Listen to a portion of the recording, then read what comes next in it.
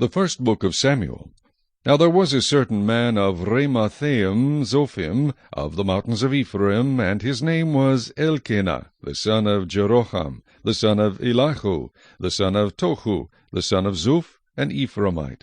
And he had 2 wives. The name of one was Hannah, and the name of the other Peninnah. Peninnah had children, but Hannah had no children. This man went up from his city yearly to worship and sacrifice to the Lord of hosts in Shiloh. Also the 2 sons of Eli, Hophni and Phinehas, the priests of the Lord, were there. And whenever the time came for Elkanah to make an offering, he would give portions to Peninnah his wife, and to all her sons and daughters. But to Hannah he would give a double portion, for he loved Hannah, although the Lord had closed her womb. And her rival also provoked her severely, to make her miserable, because the Lord had closed her womb.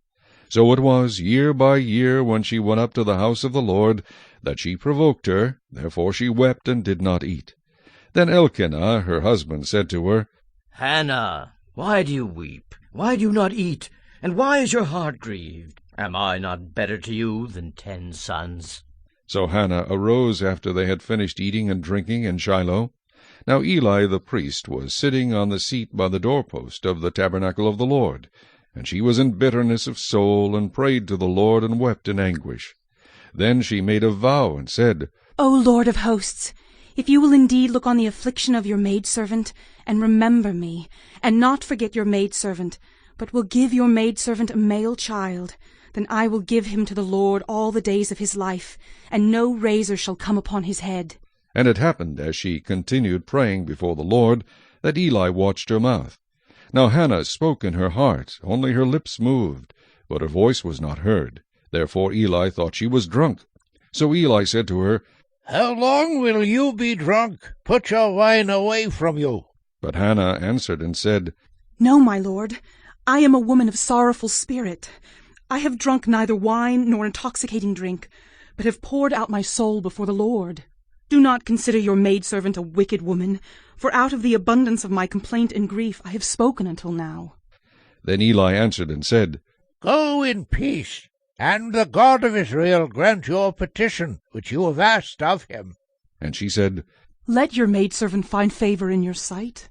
So the woman went her way and ate, and her face was no longer sad. Then they rose early in the morning and worshipped before the Lord, and returned and came to their house at Ramah. And Elkanah knew Hannah his wife, and the Lord remembered her. So it came to pass in the process of time that Hannah conceived and bore a son, and called his name Samuel, saying, Because I have asked for him from the Lord. Now the man Elkanah and all his house went up to offer to the Lord the yearly sacrifice and his vow. But Hannah did not go up, for she said to her husband, Not until the child is weaned, then I will take him, that he may appear before the Lord and remain there forever. So Elkanah her husband said to her, Do what seems best to you. Wait until you have weaned him. Only let the Lord establish his word. Then the woman stayed and nursed her son until she had weaned him. Now when she had weaned him, she took him up with her, with 3 bulls, 1 ephah of flour, and a skin of wine, and brought him to the house of the Lord in Shiloh, and the child was young. Then they slaughtered a bull, and brought the child to Eli, and she said, O my Lord, as your soul lives, my Lord, I am the woman who stood by you here praying to the Lord. For this child I prayed, and the Lord has granted me my petition which I asked of him. Therefore I also have lent him to the Lord. As long as he lives, he shall be lent to the Lord. So they worshipped the Lord there. Chapter 2. And Hannah prayed and said, My heart rejoices in the Lord.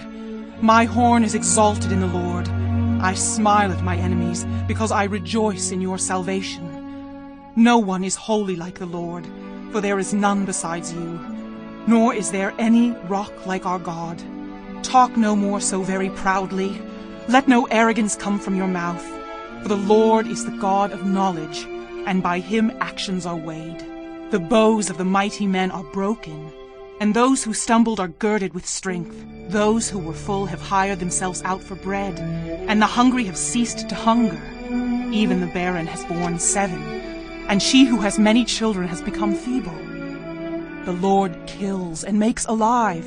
He brings down to the grave and brings up. The Lord makes poor and makes rich. He brings low and lifts up. He raises the poor from the dust and lifts the beggar from the ash heap, to set them among princes and make them inherit the throne of glory. For the pillars of the earth are the Lord's, and he has set the world upon them. He will guard the feet of his saints, but the wicked shall be silent in darkness. For by strength no man shall prevail. The adversaries of the Lord shall be broken in pieces. From heaven he will thunder against them. The Lord will judge the ends of the earth. He will give strength to his king, and exalt the horn of his anointed. Then Elkanah went to his house at Ramah, but the child ministered to the Lord before Eli the priest.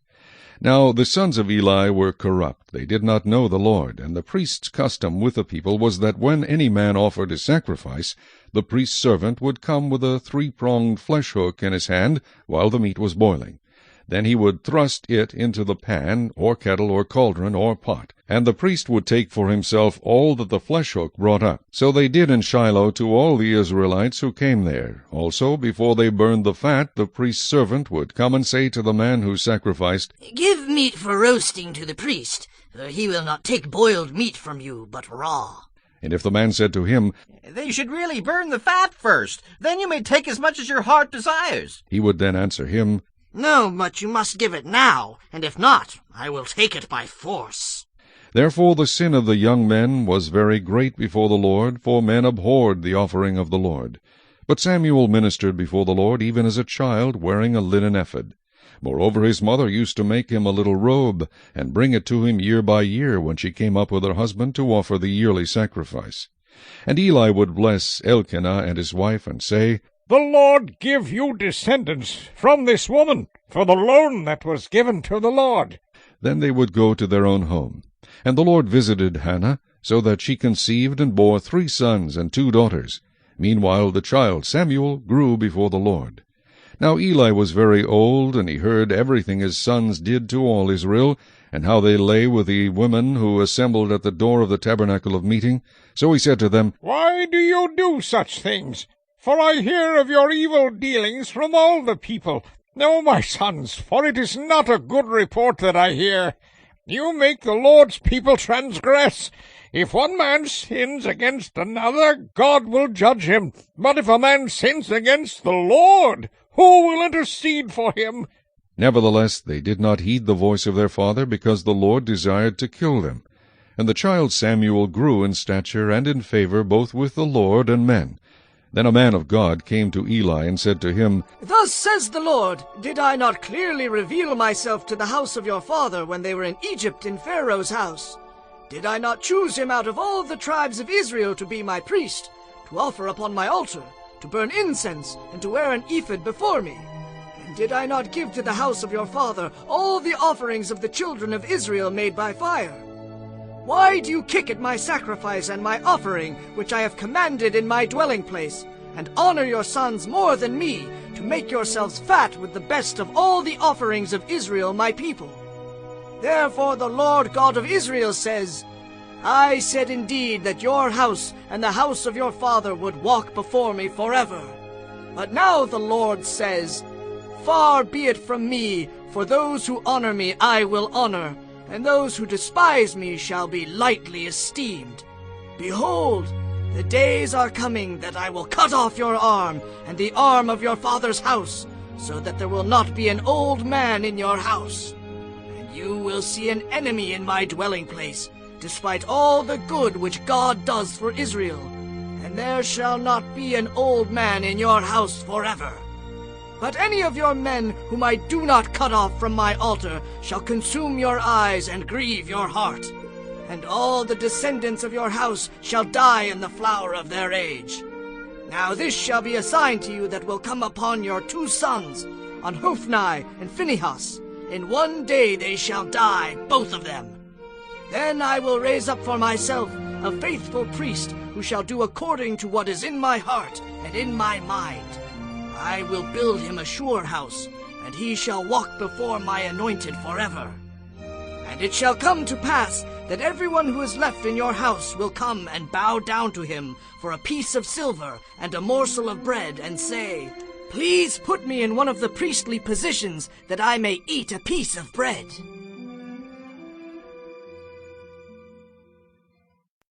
Chapter 3. Now the boy Samuel ministered to the Lord before Eli, and the word of the Lord was rare in those days. There was no widespread revelation. And it came to pass at that time, while Eli was lying down in his place, and when his eyes had begun to grow so dim that he could not see, and before the lamp of God went out in the tabernacle of the Lord, where the ark of God was, and while Samuel was lying down, that the Lord called Samuel. And he answered, Here I am. So he ran to Eli and said, Here I am, for you called me. And he said, I did not call. Lie down again. And he went and lay down. Then the Lord called yet again, Samuel. So Samuel arose and went to Eli and said, Here I am, for you called me. He answered, I did not call, my son. Lie down again. Now Samuel did not yet know the Lord, nor was the word of the Lord yet revealed to him. And the Lord called Samuel again the third time. So he arose and went to Eli and said, Here I am, for you did call me. Then Eli perceived that the Lord had called the boy. Therefore Eli said to Samuel, Go, lie down, and it shall be, if he calls you, that you must say, Speak, Lord, for your servant hears. So Samuel went and lay down in his place. Now the Lord came and stood and called as at other times, Samuel, Samuel. And Samuel answered, Speak, for your servant hears. Then the Lord said to Samuel, Behold, I will do something in Israel at which both ears of everyone who hears it will tingle. In that day I will perform against Eli all that I have spoken concerning his house, from beginning to end. For I have told him that I will judge his house forever for the iniquity which he knows. Because his sons made themselves vile, and he did not restrain them. And therefore I have sworn to the house of Eli that the iniquity of Eli's house shall not be atoned for by sacrifice or offering forever. So Samuel lay down until morning and opened the doors of the house of the Lord. And Samuel was afraid to tell Eli the vision. Then Eli called Samuel and said, Samuel, my son. He answered, Here I am. And he said, What is the word that the Lord spoke to you? Please do not hide it from me. God do so to you, and more also, if you hide anything from me of all the things that he said to you. Then Samuel told him everything, and hid nothing from him. And he said, It is the Lord. Let him do what seems good to him. So Samuel grew, and the Lord was with him, and let none of his words fall to the ground. And all Israel from Dan to Beersheba knew that Samuel had been established as a prophet of the Lord. Then the Lord appeared again in Shiloh, for the Lord revealed himself to Samuel in Shiloh by the word of the Lord. Chapter 4. And the word of Samuel came to all Israel. Now Israel went out to battle against the Philistines, and encamped beside Ebenezer, and the Philistines encamped in Aphek. Then the Philistines put themselves in battle array against Israel. And when they joined battle, Israel was defeated by the Philistines, who killed about 4,000 men of the army in the field. And when the people had come into the camp, the elders of Israel said, Why has the Lord defeated us today before the Philistines? Let us bring the ark of the covenant of the Lord from Shiloh to us, that when it comes among us it may save us from the hand of our enemies. So the people sent to Shiloh, that they might bring from there the ark of the covenant of the Lord of hosts, who dwells between the cherubim. And the two sons of Eli, Hophni and Phinehas, were there with the ark of the covenant of God. And when the ark of the covenant of the Lord came into the camp, all Israel shouted so loudly that the earth shook. Now when the Philistines heard the noise of the shout, they said, What does the sound of this great shout in the camp of the Hebrews mean? Then they understood that the ark of the Lord had come into the camp. So the Philistines were afraid, for they said, God has come into the camp. And they said, Woe to us, for such a thing has never happened before. Woe to us! Who will deliver us from the hand of these mighty gods? These are the gods who struck the Egyptians with all the plagues in the wilderness. Be strong and conduct yourselves like men, you Philistines, that you do not become servants of the Hebrews, as they have been to you. Conduct yourselves like men and fight! So the Philistines fought, and Israel was defeated, and every man fled to his tent. There was a very great slaughter, and there fell of Israel 30,000 foot soldiers. Also the ark of God was captured, and the two sons of Eli, Hophni and Phinehas, died. Then a man of Benjamin ran from the battle line the same day, and came to Shiloh with his clothes torn and dirt on his head. Now when he came, there was Eli sitting on a seat by the wayside watching, for his heart trembled for the ark of God. And when the man came into the city and told it, all the city cried out. When Eli heard the noise of the outcry, he said, What does the sound of this tumult mean? And the man came quickly and told Eli. Eli was 98 years old, and his eyes were so dim that he could not see. Then the man said to Eli, I am he who came from the battle, and I fled today from the battle line. And he said, What happened, my son? So the messenger answered and said, Israel has fled before the Philistines, and there has been a great slaughter among the people. Also, your 2 sons, Hophni and Phinehas, are dead, and the ark of God has been captured. Then it happened, when he made mention of the ark of God, that Eli fell off the seat backward by the side of the gate, and his neck was broken, and he died, for the man was old and heavy, and he had judged Israel 40 years. Now his daughter-in-law, Phinehas's wife, was with child due to be delivered. And when she heard the news that the ark of God was captured, and that her father-in-law and her husband were dead, she bowed herself and gave birth, for her labor pains came upon her. And about the time of her death, the women who stood by her said to her, Do not fear, for you have borne a son. But she did not answer, nor did she regard it. Then she named the child Ichabod, saying, The glory has departed from Israel, because the ark of God has been captured, and because of her father-in-law and her husband. And she said, The glory has departed from Israel, for the ark of God has been captured. Chapter 5. Then the Philistines took the ark of God, and brought it from Ebenezer to Ashdod. When the Philistines took the ark of God, they brought it into the house of Dagon, and set it by Dagon. And when the people of Ashdod arose early in the morning, there was Dagon fallen on its face to the earth before the ark of the Lord. So they took Dagon, and set it in its place again. And when they arose early the next morning, there was Dagon fallen on its face to the ground before the ark of the Lord.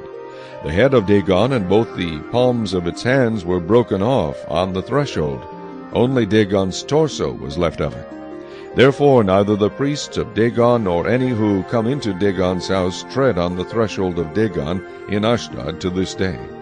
But the hand of the Lord was heavy on the people of Ashdod, and he ravaged them and struck them with tumors, both Ashdod and its territory. And when the men of Ashdod saw how it was, they said, The ark of the God of Israel must not remain with us, for his hand is harsh toward us, and Dagon our God. Therefore they sent and gathered to themselves all the lords of the Philistines, and said, What shall we do with the ark of the God of Israel? And they answered, Let the ark of the God of Israel be carried away to Gath. So they carried the ark of the God of Israel away. So it was, after they had carried it away, that the hand of the Lord was against the city with a very great destruction. And he struck the men of the city, both small and great, and tumors broke out on them. Therefore they sent the ark of God to Ekron. So it was, as the ark of God came to Ekron, that the Ekronites cried out, saying, They have brought the ark of the God of Israel to us, to kill us and our people. So they sent and gathered together all the lords of the Philistines, and said, Send away the ark of the God of Israel, and let it go back to its own place, so that it does not kill us and our people. For there was a deadly destruction throughout all the city. The hand of God was very heavy there. And the men who did not die were stricken with the tumors, and the cry of the city went up to heaven. Chapter 6. Now the ark of the Lord was in the country of the Philistines 7 months. And the Philistines called for the priests and the diviners, saying, What shall we do with the ark of the Lord? Tell us how we should send it to its place. So they said, If you send away the ark of the God of Israel, do not send it empty, but by all means return it to him with a trespass offering. Then you will be healed, and it will be known to you why his hand is not removed from you. Then they said, What is the trespass offering which we shall return to him? They answered, 5 golden tumors and 5 golden rats, according to the number of the lords of the Philistines. For the same plague was on all of you and on your lords. Therefore you shall make images of your tumors and images of your rats that ravage the land, and you shall give glory to the God of Israel. Perhaps he will lighten his hand from you, from your gods, and from your land. Why then do you harden your hearts, as the Egyptians and Pharaoh hardened their hearts? When he did mighty things among them, did they not let the people go, that they might depart? Now, therefore, make a new cart. Take 2 milk cows, which have never been yoked, and hitch the cows to the cart, and take their calves home away from them. Then take the ark of the Lord, and set it on the cart, and put the articles of gold which you are returning to him as a trespass offering in a chest by its side. And send it away, and let it go. And watch. If it goes up the road to its own territory, to Beth-Shemesh, then he has done us this great evil. But if not, then we shall know that it is not his hand that struck us. It happened to us by chance. Then the men did so. They took 2 milk cows, and hitched them to the cart, and shut up their calves at home. And they set the ark of the Lord on the cart, and the chest with the gold rats and the images of their tumors. Then the cows headed straight for the road to Beth-Shemesh, and went along the highway, lowing as they went, and did not turn aside to the right hand or the left. And the lords of the Philistines went after them to the border of Beth-Shemesh. Now the people of Beth-Shemesh were reaping their wheat harvest in the valley, and they lifted their eyes and saw the ark, and rejoiced to see it. Then the cart came into the field of Joshua of Beth-Shemesh, and stood there. A large stone was there. So they split the wood of the cart, and offered the cows as a burnt offering to the Lord. The Levites took down the ark of the Lord, and the chest that was with it, in which were the articles of gold, and put them on the large stone. Then the men of Beth-Shemesh offered burnt offerings, and made sacrifices the same day to the Lord. So when the 5 lords of the Philistines had seen it, they returned to Ekron the same day. These are the golden tumors which the Philistines returned as a trespass offering to the Lord, 1 for Ashdod, 1 for Gaza, 1 for Ashkelon, 1 for Gath, 1 for Ekron. And the golden rats, according to the number of all the cities of the Philistines belonging to the 5 lords, both fortified cities and country villages, even as far as the large stone of Abel, on which they set the ark of the Lord, which stone remains to this day in the field of Joshua of Beth-Shemesh. Then he struck the men of Beth-Shemesh, because they had looked into the ark of the Lord. He struck 50,070 men of the people. And the people lamented, because the Lord had struck the people with a great slaughter. And the men of Beth-Shemesh said, Who is able to stand before this holy Lord God? And to whom shall it go up from us? So they sent messengers to the inhabitants of Kirjath-Jearim, saying, The Philistines have brought back the ark of the Lord. Come down and take it up with you. Chapter 7. Then the men of Kirjath-Jearim came and took the ark of the Lord, and brought it into the house of Abinadab on the hill, and consecrated Eleazar his son to keep the ark of the Lord. So it was that the ark remained in Kirjath-Jearim a long time. It was there 20 years, and all the house of Israel lamented after the Lord. Then Samuel spoke to all the house of Israel, saying, If you return to the Lord with all your hearts, then put away the foreign gods and the Ashtoreths from among you, and prepare your hearts for the Lord, and serve him only, and he will deliver you from the hand of the Philistines. So the children of Israel put away the Baals and the Ashtoreths, and served the Lord only. And Samuel said, Gather all Israel to Mizpah, and I will pray to the Lord for you. So they gathered together at Mizpah, drew water, and poured it out before the Lord. And they fasted that day, and said there, We have sinned against the Lord. And Samuel judged the children of Israel at Mizpah. Now when the Philistines heard that the children of Israel had gathered together at Mizpah, the lords of the Philistines went up against Israel. And when the children of Israel heard of it, they were afraid of the Philistines. So the children of Israel said to Samuel, Do not cease to cry out to the Lord our God for us, that he may save us from the hand of the Philistines. And Samuel took a suckling lamb, and offered it as a whole burnt offering to the Lord.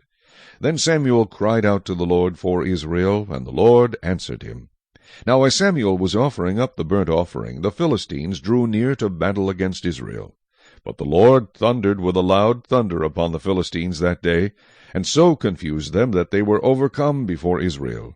And the men of Israel went out of Mizpah, and pursued the Philistines, and drove them back as far as below Beth-kar.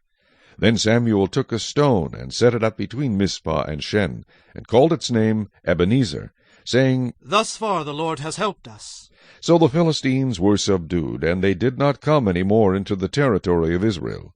And the hand of the Lord was against the Philistines all the days of Samuel. Then the cities which the Philistines had taken from Israel were restored to Israel, from Ekron to Gath. And Israel recovered its territory from the hands of the Philistines. Also there was peace between Israel and the Amorites. And Samuel judged Israel all the days of his life. He went from year to year on a circuit to Bethel, Gilgal, and Mizpah, and judged Israel in all those places. But he always returned to Ramah, for his home was there. There he judged Israel, and there he built an altar to the Lord. Chapter 8. Now it came to pass, when Samuel was old, that he made his sons judges over Israel. The name of his firstborn was Joel, and the name of his second Abijah. They were judges in Beersheba. But his sons did not walk in his ways. They turned aside after dishonest gain, took bribes, and perverted justice. Then all the elders of Israel gathered together and came to Samuel at Ramah, and said to him, Look, you are old, and your sons do not walk in your ways. Now make us a king to judge us like all the nations. But the thing displeased Samuel when they said, Give us a king to judge us. So Samuel prayed to the Lord, and the Lord said to Samuel, Heed the voice of the people in all that they say to you, for they have not rejected you, but they have rejected me, that I should not reign over them, according to all the works which they have done since the day that I brought them up out of Egypt, even to this day, with which they have forsaken me and served other gods, so they are doing to you also. Now therefore heed their voice. However, you shall solemnly forewarn them, and show them the behavior of the king who will reign over them. So Samuel told all the words of the Lord to the people who asked him for a king. And he said, This will be the behavior of the king who will reign over you. He will take your sons and appoint them for his own chariots and to be his horsemen, and some will run before his chariots. He will appoint captains over his thousands and captains over his 50s, will set some to plow his ground and reap his harvest, and some to make his weapons of war and equipment for his chariots. He will take your daughters to be perfumers, cooks, and bakers. He will take the best of your fields, your vineyards, and your olive groves, and give them to his servants. He will take 1/10 of your grain and your vintage, and give it to his officers and servants. And he will take your male servants, your female servants, your finest young men, and your donkeys, and put them to his work. He will take 1/10 of your sheep, and you will be his servants. And you will cry out in that day because of your king, whom you have chosen for yourselves, and the Lord will not hear you in that day. Nevertheless, the people refused to obey the voice of Samuel, and they said, No, but we will have a king over us, that we also may be like all the nations, and that our king may judge us and go out before us and fight our battles. And Samuel heard all the words of the people, and he repeated them in the hearing of the Lord. So the Lord said to Samuel, Heed their voice, and make them a king. And Samuel said to the men of Israel, Every man go to his city. Chapter 9. There was a man of Benjamin whose name was Kish, the son of Abiel, the son of Zeror, the son of Bechorath, the son of Aphiah, a Benjamite, a mighty man of power. And he had a choice and handsome son, whose name was Saul. There was not a more handsome person than he among the children of Israel. From his shoulders upward he was taller than any of the people. Now the donkeys of Kish, Saul's father, were lost, and Kish said to his son Saul, Please, take one of the servants with you, and arise. Go and look for the donkeys. So he passed through the mountains of Ephraim, and through the land of Shalisha, but they did not find them. Then they passed through the land of Shealim, and they were not there. Then he passed through the land of the Benjamites, but they did not find them. When they had come to the land of Zuph, Saul said to his servant who was with him, Come, let us return, lest my father cease caring about the donkeys and become worried about us.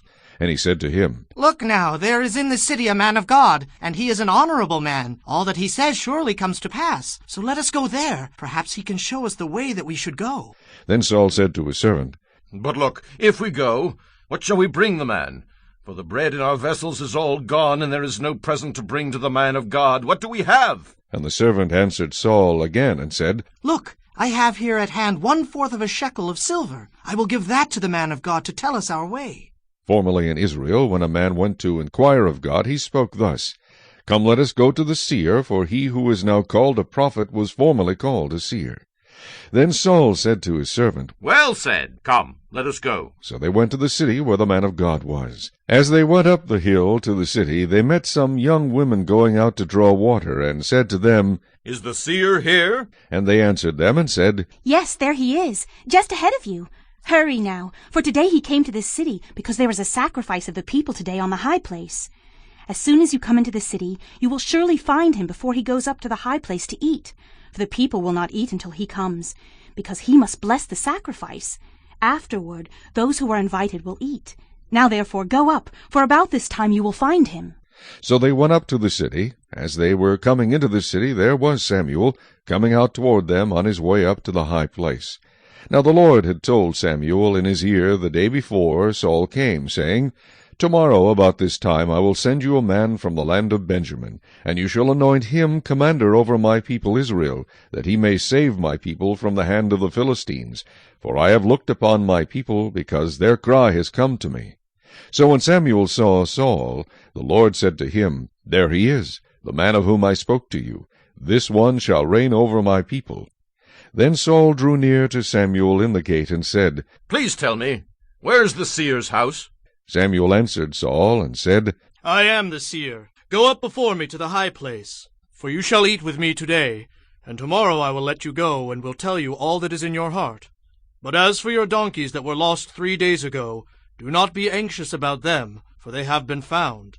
And on whom is all the desire of Israel? Is it not on you, and on all your father's house? And Saul answered and said, Am I not a Benjamite of the smallest of the tribes of Israel, and my family the least of all the families of the tribe of Benjamin? Why then do you speak like this to me? Now Samuel took Saul and his servant, and brought them into the hall, and had them sit in the place of honor among those who were invited. There were about 30 persons. And Samuel said to the cook, Bring the portion which I gave you, of which I said to you, set it apart. So the cook took up the thigh with its upper part, and set it before Saul. And Samuel said, Here it is, what was kept back. It was set apart for you. Eat, for until this time it has been kept for you, since I said I invited the people. So Saul ate with Samuel that day. When they had come down from the high place into the city, Samuel spoke with Saul on the top of the house. They arose early, and it was about the dawning of the day that Samuel called to Saul on the top of the house, saying, Get up, that I may send you on your way. And Saul arose, and both of them went outside, he and Samuel. As they were going down to the outskirts of the city, Samuel said to Saul, Tell the servant to go on ahead of us. And he went on. But you stand here a while, that I may announce to you the word of God. Chapter 10. Then Samuel took a flask of oil, and poured it on his head, and kissed him, and said, Is it not because the Lord has anointed you commander over his inheritance? When you have departed from me today, you will find 2 men by Rachel's tomb in the territory of Benjamin at Zelzah, and they will say to you, The donkeys which you went to look for have been found. And now your father has ceased caring about the donkeys, and is worrying about you, saying, What shall I do about my son? Then you shall go on forward from there, and come to the terebinth tree of Tabor. There 3 men going up to God at Bethel will meet you, one carrying 3 young goats, another carrying 3 loaves of bread, and another carrying a skin of wine. And they will greet you, and give you 2 loaves of bread, which you shall receive from their hands. After that you shall come to the hill of God, where the Philistine garrison is. And it will happen, when you have come there to the city, that you will meet a group of prophets coming down from the high place, with a stringed instrument, a tambourine, a flute, and a harp before them, and they will be prophesying. Then the Spirit of the Lord will come upon you, and you will prophesy with them, and be turned into another man. And let it be, when these signs come to you, that you do as the occasion demands, for God is with you. You shall go down before me to Gilgal, and surely I will come down to you to offer burnt offerings, and make sacrifices of peace offerings. 7 days you shall wait, till I come to you and show you what you should do. So it was, when he had turned his back to go from Samuel, that God gave him another heart, and all those signs came to pass that day. When they came there to the hill, there was a group of prophets to meet him. Then the Spirit of God came upon him, and he prophesied among them. And it happened, when all who knew him formerly saw that he indeed prophesied among the prophets, that the people said to one another, What is this that has come upon the son of Kish? Is Saul also among the prophets? Then a man from there answered and said, But who is their father? Therefore it became a proverb, Is Saul also among the prophets? And when he had finished prophesying, he went to the high place. Then Saul's uncle said to him and his servant, Where did you go? So he said, To look for the donkeys. When we saw that they were nowhere to be found, we went to Samuel. And Saul's uncle said, Tell me, please, what Samuel said to you. So Saul said to his uncle, He told us plainly that the donkeys had been found. But about the matter of the kingdom he did not tell him what Samuel had said. Then Samuel called the people together to the Lord at Mizpah, and said to the children of Israel, Thus says the Lord God of Israel, I brought up Israel out of Egypt, and delivered you from the hand of the Egyptians, and from the hand of all kingdoms, and from those who oppressed you. But you have today rejected your God, who himself saved you from all your adversities and your tribulations, and you have said to him, No, set a king over us. Now, therefore, present yourselves before the Lord by your tribes and by your clans. And when Samuel had caused all the tribes of Israel to come near, the tribe of Benjamin was chosen. When he had caused the tribe of Benjamin to come near by their families, the family of Matri was chosen, and Saul the son of Kish was chosen. But when they sought him, he could not be found. Therefore they inquired of the Lord further. Has the man come here yet? And the Lord answered, There he is, hidden among the equipment. So they ran and brought him from there. And when he stood among the people, he was taller than any of the people from his shoulders upward. And Samuel said to all the people, Do you see him whom the Lord has chosen, that there is no one like him among all the people? So all the people shouted and said, Long live the king! Then Samuel explained to the people the behavior of royalty, and wrote it in a book, and laid it up before the Lord. And Samuel sent all the people away, every man to his house. And Saul also went home to Gibeah, and valiant men went with him, whose hearts God had touched. But some rebels said, How can this man save us? So they despised him, and brought him no presents, but he held his peace. Chapter 11.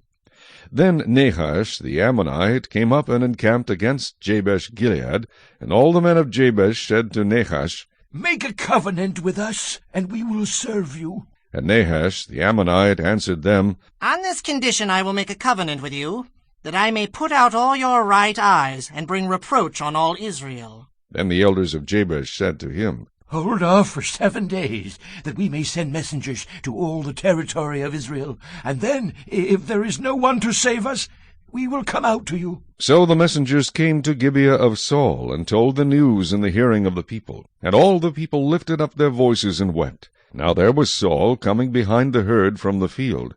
And Saul said, What troubles the people that they weep? And they told him the words of the men of Jabesh. Then the Spirit of God came upon Saul when he heard this news, and his anger was greatly aroused. So he took a yoke of oxen, and cut them in pieces, and sent them throughout all the territory of Israel by the hands of messengers, saying, Whoever does not go out with Saul and Samuel to battle, so it shall be done to his oxen. And the fear of the Lord fell on the people, and they came out with one consent. When he numbered them in Bezek, the children of Israel were 300,000, and the men of Judah 30,000. And they said to the messengers who came, Thus you shall say to the men of Jabesh-Gilead, Tomorrow, by the time the sun is hot, you shall have help. Then the messengers came and reported it to the men of Jabesh, and they were glad. Therefore the men of Jabesh said, Tomorrow we will come out to you, and you may do with us whatever seems good to you. So it was on the next day that Saul put the people in 3 companies, and they came into the midst of the camp in the morning watch, and killed Ammonites until the heat of the day. And it happened that those who survived were scattered, so that no 2 of them were left together. Then the people said to Samuel, Who is he who said, Shall Saul reign over us? Bring the men, that we may put them to death. But Saul said, Not a man shall be put to death this day, for today the Lord has accomplished salvation in Israel. Then Samuel said to the people, Come, let us go to Gilgal and renew the kingdom there. So all the people went to Gilgal, and there they made Saul king before the Lord in Gilgal. There they made sacrifices of peace offerings before the Lord, and there Saul and all the men of Israel rejoiced greatly. Chapter 12. Now Samuel said to all Israel, Indeed, I have heeded your voice in all that you said to me, and have made a king over you. And now here is the king walking before you, and I am old and gray-headed, and look, my sons are with you. I have walked before you from my childhood to this day. Here I am. Witness against me before the Lord and before his anointed. Whose ox have I taken? Or whose donkey have I taken? Or whom have I cheated? Whom have I oppressed? Or from whose hand have I received any bribe with which to blind my eyes? I will restore it to you. And they said, You have not cheated us or oppressed us, nor have you taken anything from any man's hand. Then he said to them, The Lord is witness against you, and his anointed is witness this day, that you have not found anything in my hand. And they answered, He is witness. Then Samuel said to the people, It is the Lord who raised up Moses and Aaron, and who brought your fathers up from the land of Egypt. Now, therefore, stand still, that I may reason with you before the Lord concerning all the righteous acts of the Lord, which he did to you and your fathers. When Jacob had gone into Egypt, and your fathers cried out to the Lord, then the Lord sent Moses and Aaron, who brought your fathers out of Egypt, and made them dwell in this place. And when they forgot the Lord their God, he sold them into the hand of Sisera, commander of the army of Hazor, into the hand of the Philistines, and into the hand of the king of Moab, and they fought against them. Then they cried out to the Lord and said, We have sinned, because we have forsaken the Lord, and served the Baals and Ashtoreths. But now deliver us from the hand of our enemies, and we will serve you. And the Lord sent Jerubbaal, Bedan, Jephthah, and Samuel, and delivered you out of the hand of your enemies on every side, and you dwelt in safety. And when you saw that Nahash, king of the Ammonites, came against you, you said to me, No, but a king shall reign over us, when the Lord your God was your king. Now, therefore, here is the king whom you have chosen and whom you have desired. And take note, the Lord has set a king over you. If you fear the Lord, and serve him and obey his voice, and do not rebel against the commandment of the Lord, then both you and the king who reigns over you will continue following the Lord your God.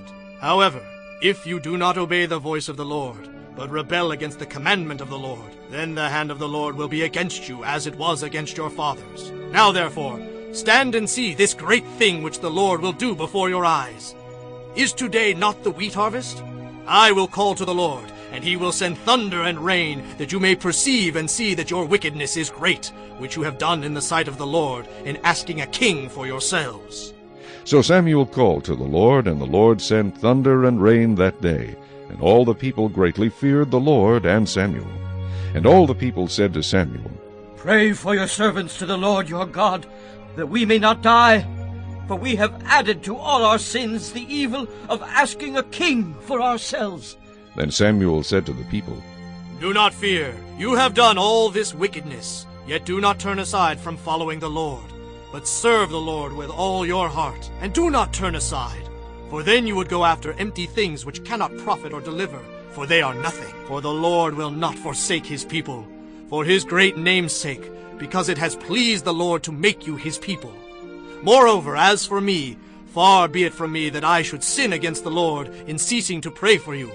But I will teach you the good and the right way. Only fear the Lord, and serve him in truth with all your heart. For consider what great things he has done for you. But if you still do wickedly, you shall be swept away, both you and your king. Chapter 13. Saul reigned 1 year, and when he had reigned 2 years over Israel, Saul chose for himself 3,000 men of Israel. 2,000 were with Saul in Michmash, and in the mountains of Bethel, and 1,000 were with Jonathan in Gibeah of Benjamin. The rest of the people he sent away, every man to his tent. And Jonathan attacked the garrison of the Philistines that was in Geba, and the Philistines heard of it. Then Saul blew the trumpet throughout all the land, saying, Let the Hebrews hear! Now all Israel heard it said that Saul had attacked the garrison of the Philistines, and that Israel had also become an abomination to the Philistines. And the people were called together to Saul at Gilgal. Then the Philistines gathered together to fight with Israel, 30,000 chariots and 6,000 horsemen, and people as the sand which is on the seashore in multitude. And they came up and encamped in Michmash, to the east of Beth-aven. When the men of Israel saw that they were in danger, for the people were distressed, then the people hid in caves, in thickets, in rocks, in holes, and in pits. And some of the Hebrews crossed over the Jordan to the land of Gad and Gilead. As for Saul, he was still in Gilgal, and all the people followed him trembling. Then he waited 7 days, according to the time set by Samuel. But Samuel did not come to Gilgal, and the people were scattered from him. So Saul said, Bring a burnt offering and peace offerings here to me. And he offered the burnt offering. Now it happened, as soon as he had finished presenting the burnt offering, that Samuel came. And Saul went out to meet him, that he might greet him. And Samuel said, What have you done? Saul said, When I saw that the people were scattered from me, and that you did not come within the days appointed, and that the Philistines gathered together at Michmash, then I said, The Philistines will now come down on me at Gilgal, and I have not made supplication to the Lord. Therefore I felt compelled and offered a burnt offering. And Samuel said to Saul, You have done foolishly. You have not kept the commandment of the Lord your God, which he commanded you. For now the Lord would have established your kingdom over Israel forever. But now your kingdom shall not continue. The Lord has sought for himself a man after his own heart, and the Lord has commanded him to be commander over his people, because you have not kept what the Lord commanded you. Then Samuel arose and went up from Gilgal to Gibeah of Benjamin. And Saul numbered the people present with him, about 600 men. Saul, Jonathan his son, and the people present with them remained in Gibeah of Benjamin, but the Philistines encamped in Michmash. Then raiders came out of the camp of the Philistines in 3 companies. One company turned onto the road to Ophrah, to the land of Shual. Another company turned to the road to Beth-horon, and another company turned to the road of the border that overlooks the valley of Zeboim, toward the wilderness. Now there was no blacksmith to be found throughout all the land of Israel, for the Philistines said, Lest the Hebrews make swords or spears. But all the Israelites would go down to the Philistines, to sharpen each man's plowshare, his mattock, his axe, and his sickle. And the charge for a sharpening was a pim for the plowshares, the mattocks, the forks, and the axes, and to set the points of the goads. So it came about on the day of battle that there was neither sword nor spear found in the hand of any of the people who were with Saul and Jonathan. But they were found with Saul and Jonathan his son. And the garrison of the Philistines went out to the pass of Michmash. Chapter 14. Now it happened one day that Jonathan the son of Saul said to the young man who bore his armor, Come, let us go over to the Philistines' garrison that is on the other side. But he did not tell his father.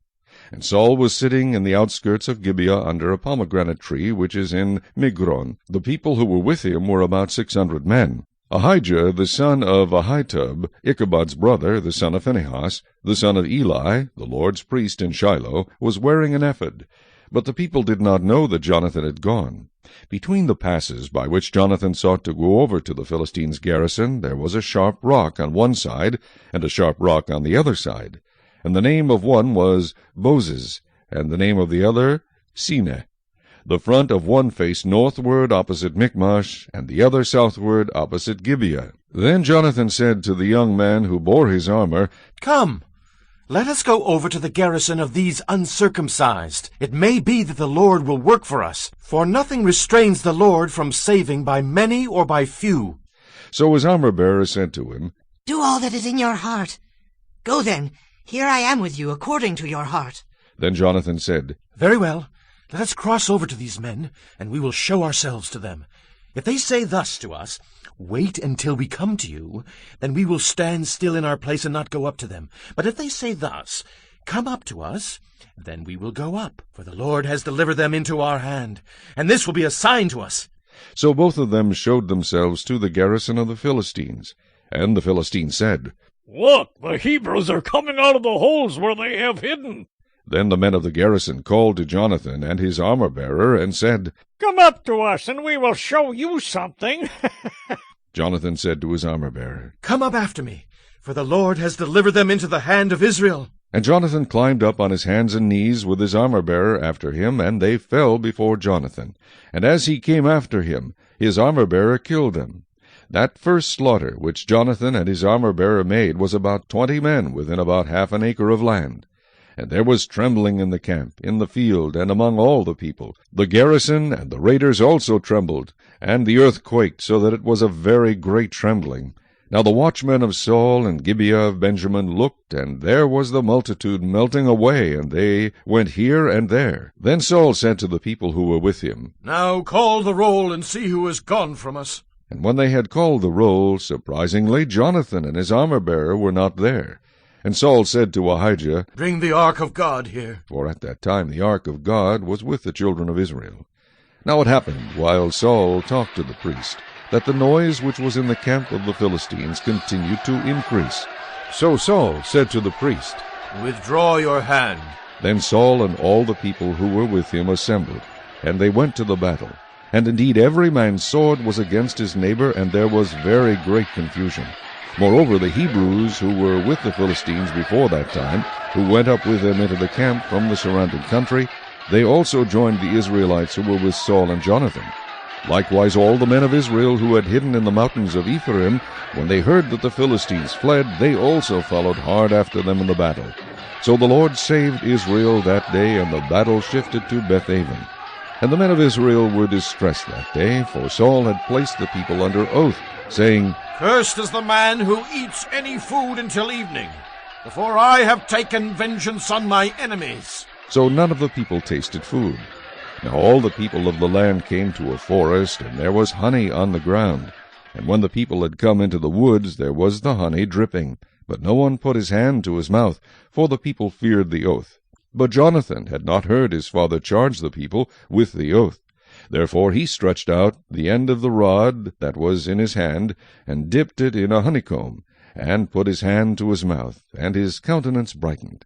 Then one of the people said, Your father strictly charged the people with an oath, saying, Cursed is the man who eats food this day. And the people were faint. But Jonathan said, My father has troubled the land. Look now, how my countenance has brightened, because I tasted a little of this honey. How much better if the people had eaten freely today of the spoil of their enemies which they found. For now would there not have been a much greater slaughter among the Philistines? Now they had driven back the Philistines that day from Michmash to Aijalon. So the people were very faint. And the people rushed on the spoil, and took sheep, oxen, and calves, and slaughtered them on the ground, and the people ate them with the blood. Then they told Saul, saying, Look! The people are sinning against the Lord by eating with the blood. So he said, You have dealt treacherously. Roll a large stone to me this day. Then Saul said, Disperse yourselves among the people, and say to them, Bring me here every man's ox and every man's sheep. Slaughter them here and eat, and do not sin against the Lord by eating with the blood. So every one of the people brought his ox with him that night, and slaughtered it there. Then Saul built an altar to the Lord. This was the first altar that he built to the Lord. Now Saul said, Let us go down after the Philistines by night, and plunder them until the morning light, and let us not leave a man of them. And they said, Do whatever seems good to you. Then the priest said, Let us draw near to God here. So Saul asked counsel of God. Shall I go down after the Philistines? Will you deliver them into the hand of Israel? But he did not answer him that day. And Saul said, Come over here, all you chiefs of the people, and know and see what this sin was today. For as the Lord lives, who saves Israel, though it be in Jonathan my son, he shall surely die. But not a man among all the people answered him. Then he said to all Israel, You be on one side, and my son Jonathan and I will be on the other side. And the people said to Saul, Do what seems good to you. Therefore Saul said to the Lord God of Israel, Give a perfect lot. So Saul and Jonathan were taken, but the people escaped. And Saul said, Cast lots between my son Jonathan and me. So Jonathan was taken. Then Saul said to Jonathan, Tell me what you have done. And Jonathan told him and said, I only tasted a little honey with the end of the rod that was in my hand. So now I must die. Saul answered, God do so, and more also, or you shall surely die, Jonathan. But the people said to Saul, Shall Jonathan die, who has accomplished this great deliverance in Israel? Certainly not. As the Lord lives, not one hair of his head shall fall to the ground, for he has worked with God this day. So the people rescued Jonathan, and he did not die. Then Saul returned from pursuing the Philistines, and the Philistines went to their own place. So Saul established his sovereignty over Israel, and fought against all his enemies on every side, against Moab, against the people of Ammon, against Edom, against the kings of Zobah, and against the Philistines. Wherever he turned, he harassed them. And he gathered an army and attacked the Amalekites, and delivered Israel from the hands of those who plundered them. The sons of Saul were Jonathan, Jeshuai, and Malchishua. And the names of his 2 daughters were these, the name of the firstborn Merab, and the name of the younger Michal. The name of Saul's wife was Ahinoam, the daughter of Ahimaaz, and the name of the commander of his army was Abner the son of Ner, Saul's uncle. Kish was the father of Saul, and Ner, the father of Abner, was the son of Abiel. Now there was fierce war with the Philistines all the days of Saul, and when Saul saw any strong man or any valiant man, he took him for himself. Chapter 15. Samuel also said to Saul, The Lord sent me to anoint you king over his people, over Israel. Now therefore heed the voice of the words of the Lord. Thus says the Lord of hosts, I will punish Amalek for what he did to Israel, how he ambushed him on the way when he came up from Egypt. Now go and attack Amalek, and utterly destroy all that they have, and do not spare them, but kill both man and woman, infant and nursing child, ox and sheep, camel and donkey. So Saul gathered the people together and numbered them in Telaim, 200,000 foot soldiers and 10,000 men of Judah. And Saul came to a city of Amalek and lay in wait in the valley. Then Saul said to the Kenites, Go, depart, get down from among the Amalekites, lest I destroy you with them. For you showed kindness to all the children of Israel when they came up out of Egypt. So the Kenites departed from among the Amalekites. And Saul attacked the Amalekites from Havilah all the way to Shur, which is east of Egypt. He also took Agag, king of the Amalekites, alive, and utterly destroyed all the people with the edge of the sword. But Saul and the people spared Agag, and the best of the sheep, the oxen, the fatlings, the lambs, and all that was good, and were unwilling to utterly destroy them, but everything despised and worthless that they utterly destroyed. Now the word of the Lord came to Samuel, saying, I greatly regret that I have set up Saul as king, for he has turned back from following me, and has not performed my commandments. And it grieved Samuel, and he cried out to the Lord all night. So when Samuel rose early in the morning to meet Saul, it was told Samuel, saying, Saul went to Carmel, and indeed he set up a monument for himself, and he has gone on around, passed by, and gone down to Gilgal. Then Samuel went to Saul, and Saul said to him, Blessed are you of the Lord. I have performed the commandment of the Lord. But Samuel said, What then is this bleating of the sheep in my ears, and the lowing of the oxen which I hear? And Saul said, They have brought them from the Amalekites, for the people spared the best of the sheep and the oxen, to sacrifice to the Lord your God, and the rest we have utterly destroyed. Then Samuel said to Saul, Be quiet, and I will tell you what the Lord said to me last night. And he said to him, Speak on. So Samuel said, When you were little in your own eyes, were you not head of the tribes of Israel? And did not the Lord anoint you king over Israel? Now the Lord sent you on a mission and said, Go and utterly destroy the sinners, the Amalekites, and fight against them until they are consumed. Why then did you not obey the voice of the Lord? Why did you swoop down on the spoil and do evil in the sight of the Lord? And Saul said to Samuel, But I have obeyed the voice of the Lord, and gone on the mission on which the Lord sent me, and brought back Agag, king of Amalek. I have utterly destroyed the Amalekites. But the people took of the plunder, sheep and oxen, the best of the things which should have been utterly destroyed, to sacrifice to the Lord your God in Gilgal. So Samuel said, Has the Lord a great delight in burnt offerings and sacrifices, as in obeying the voice of the Lord? Behold, to obey is better than sacrifice, and to heed than the fat of rams. For rebellion is as the sin of witchcraft, and stubbornness is as iniquity and idolatry. Because you have rejected the word of the Lord, he also has rejected you from being king. Then Saul said to Samuel, I have sinned, for I have transgressed the commandment of the Lord and your words, because I feared the people and obeyed their voice. Now, therefore, please pardon my sin, and return with me, that I may worship the Lord. But Samuel said to Saul, I will not return with you, for you have rejected the word of the Lord, and the Lord has rejected you from being king over Israel. And as Samuel turned around to go away, Saul seized the edge of his robe, and it tore. So Samuel said to him, The Lord has torn the kingdom of Israel from you today, and has given it to a neighbor of yours who is better than you. And also the strength of Israel will not lie nor relent, for he is not a man that he should relent. Then he said, I have sinned. Yet honor me now, please, before the elders of my people, and before Israel, and return with me, that I may worship the Lord your God. So Samuel turned back after Saul, and Saul worshipped the Lord. Then Samuel said, Bring Agag, king of the Amalekites, here to me. So Agag came to him cautiously, and Agag said, Surely the bitterness of death is past. But Samuel said, As your sword has made women childless, so shall your mother be childless among women. And Samuel hacked Agag in pieces before the Lord in Gilgal. Then Samuel went to Ramah, and Saul went up to his house at Gibeah of Saul. And Samuel went no more to see Saul until the day of his death. Nevertheless Samuel mourned for Saul, and the Lord regretted that he had made Saul king over Israel. Chapter 16. Now the Lord said to Samuel, How long will you mourn for Saul, seeing I have rejected him from reigning over Israel? Fill your horn with oil, and go. I am sending you to Jesse the Bethlehemite, for I have provided myself a king among his sons. And Samuel said, How can I go? If Saul hears it, he will kill me. But the Lord said, Take a heifer with you, and say, I have come to sacrifice to the Lord. Then invite Jesse to the sacrifice, and I will show you what you shall do. You shall anoint for me the one I name to you. So Samuel did what the Lord said, and went to Bethlehem. And the elders of the town trembled at his coming, and said, Do you come peaceably? And he said, Peaceably. I have come to sacrifice to the Lord. Sanctify yourselves, and come with me to the sacrifice. Then he consecrated Jesse and his sons, and invited them to the sacrifice.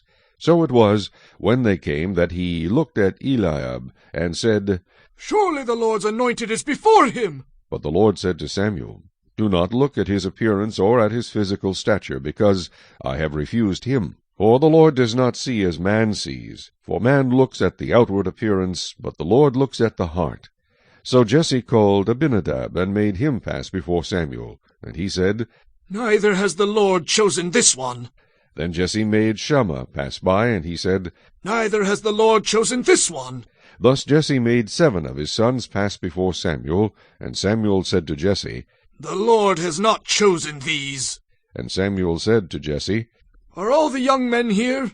Then he said, There remains yet the youngest, and there he is, keeping the sheep. And Samuel said to Jesse, Send and bring him, for we will not sit down till he comes here. So he sent and brought him in.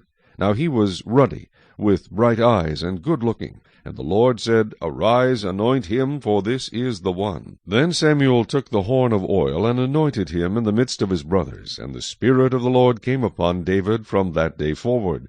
So Samuel arose and went to Ramah. But the Spirit of the Lord departed from Saul, and a distressing spirit from the Lord troubled him. And Saul's servants said to him, Surely a distressing spirit from God is troubling you. Let our master now command your servants, who are before you, to seek out a man who is a skilful player on the harp, and it shall be that he will play it with his hand when the distressing spirit from God is upon you, and you shall be well. So Saul said to his servants, Provide me now a man who can play well, and bring him to me. Then one of the servants answered and said, Look, I have seen a son of Jesse the Bethlehemite, who is skillful in playing, a mighty man of valor, a man of war, prudent in speech, and a handsome person, and the Lord is with him. Therefore Saul sent messengers to Jesse, and said, Send me your son David, who is with the sheep. And Jesse took a donkey loaded with bread, a skin of wine, and a young goat, and sent them by his son David to Saul. So David came to Saul, and stood before him, and he loved him greatly, and he became his armor-bearer. Then Saul sent to Jesse, saying, Please let David stand before me, for he has found favor in my sight. And so it was, whenever the Spirit from God was upon Saul, that David would take a harp and play it with his hand. Then Saul would become refreshed and well, and the distressing spirit would depart from him.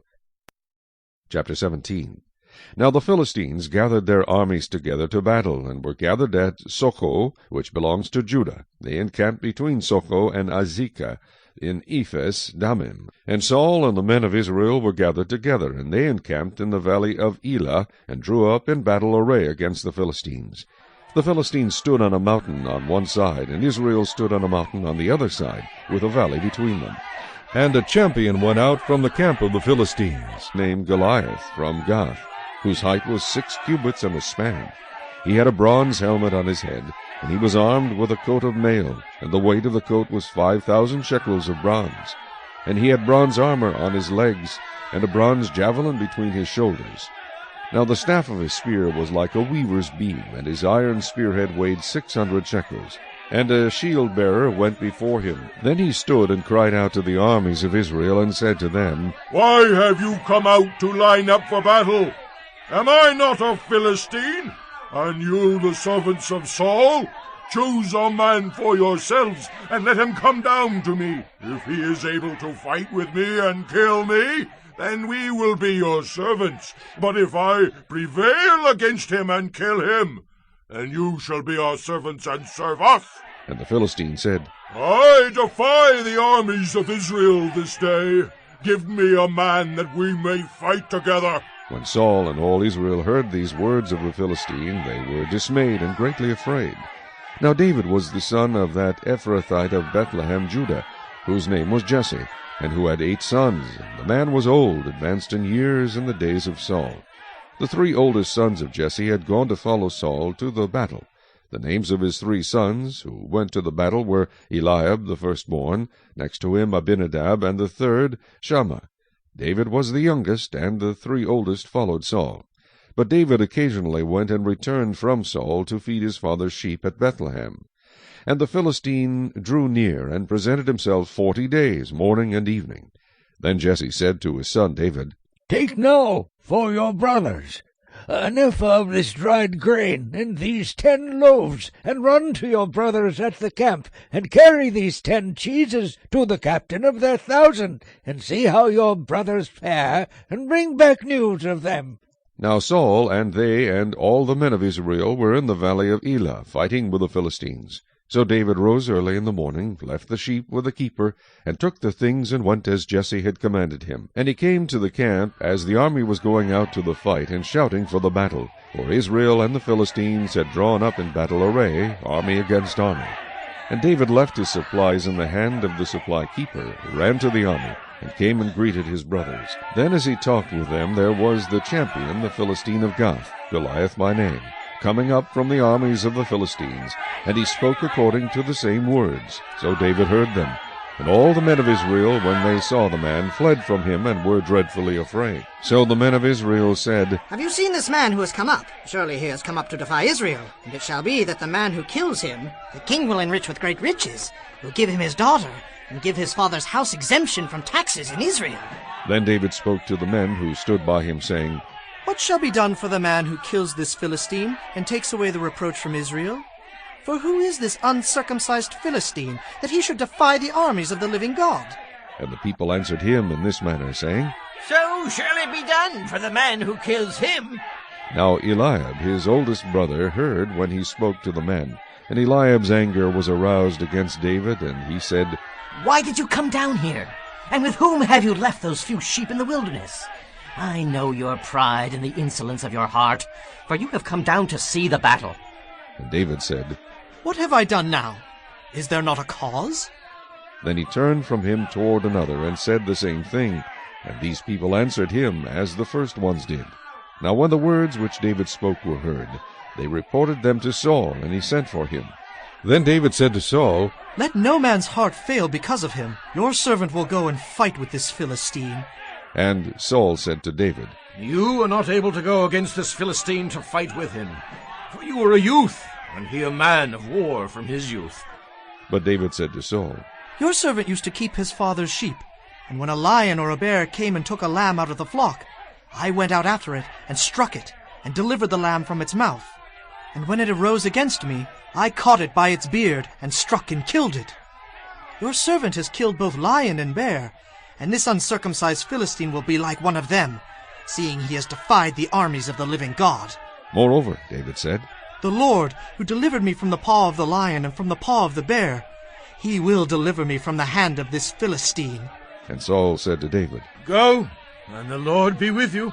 So Saul clothed David with his armor, and he put a bronze helmet on his head. He also clothed him with a coat of mail. David fastened his sword to his armor, and tried to walk, for he had not tested them.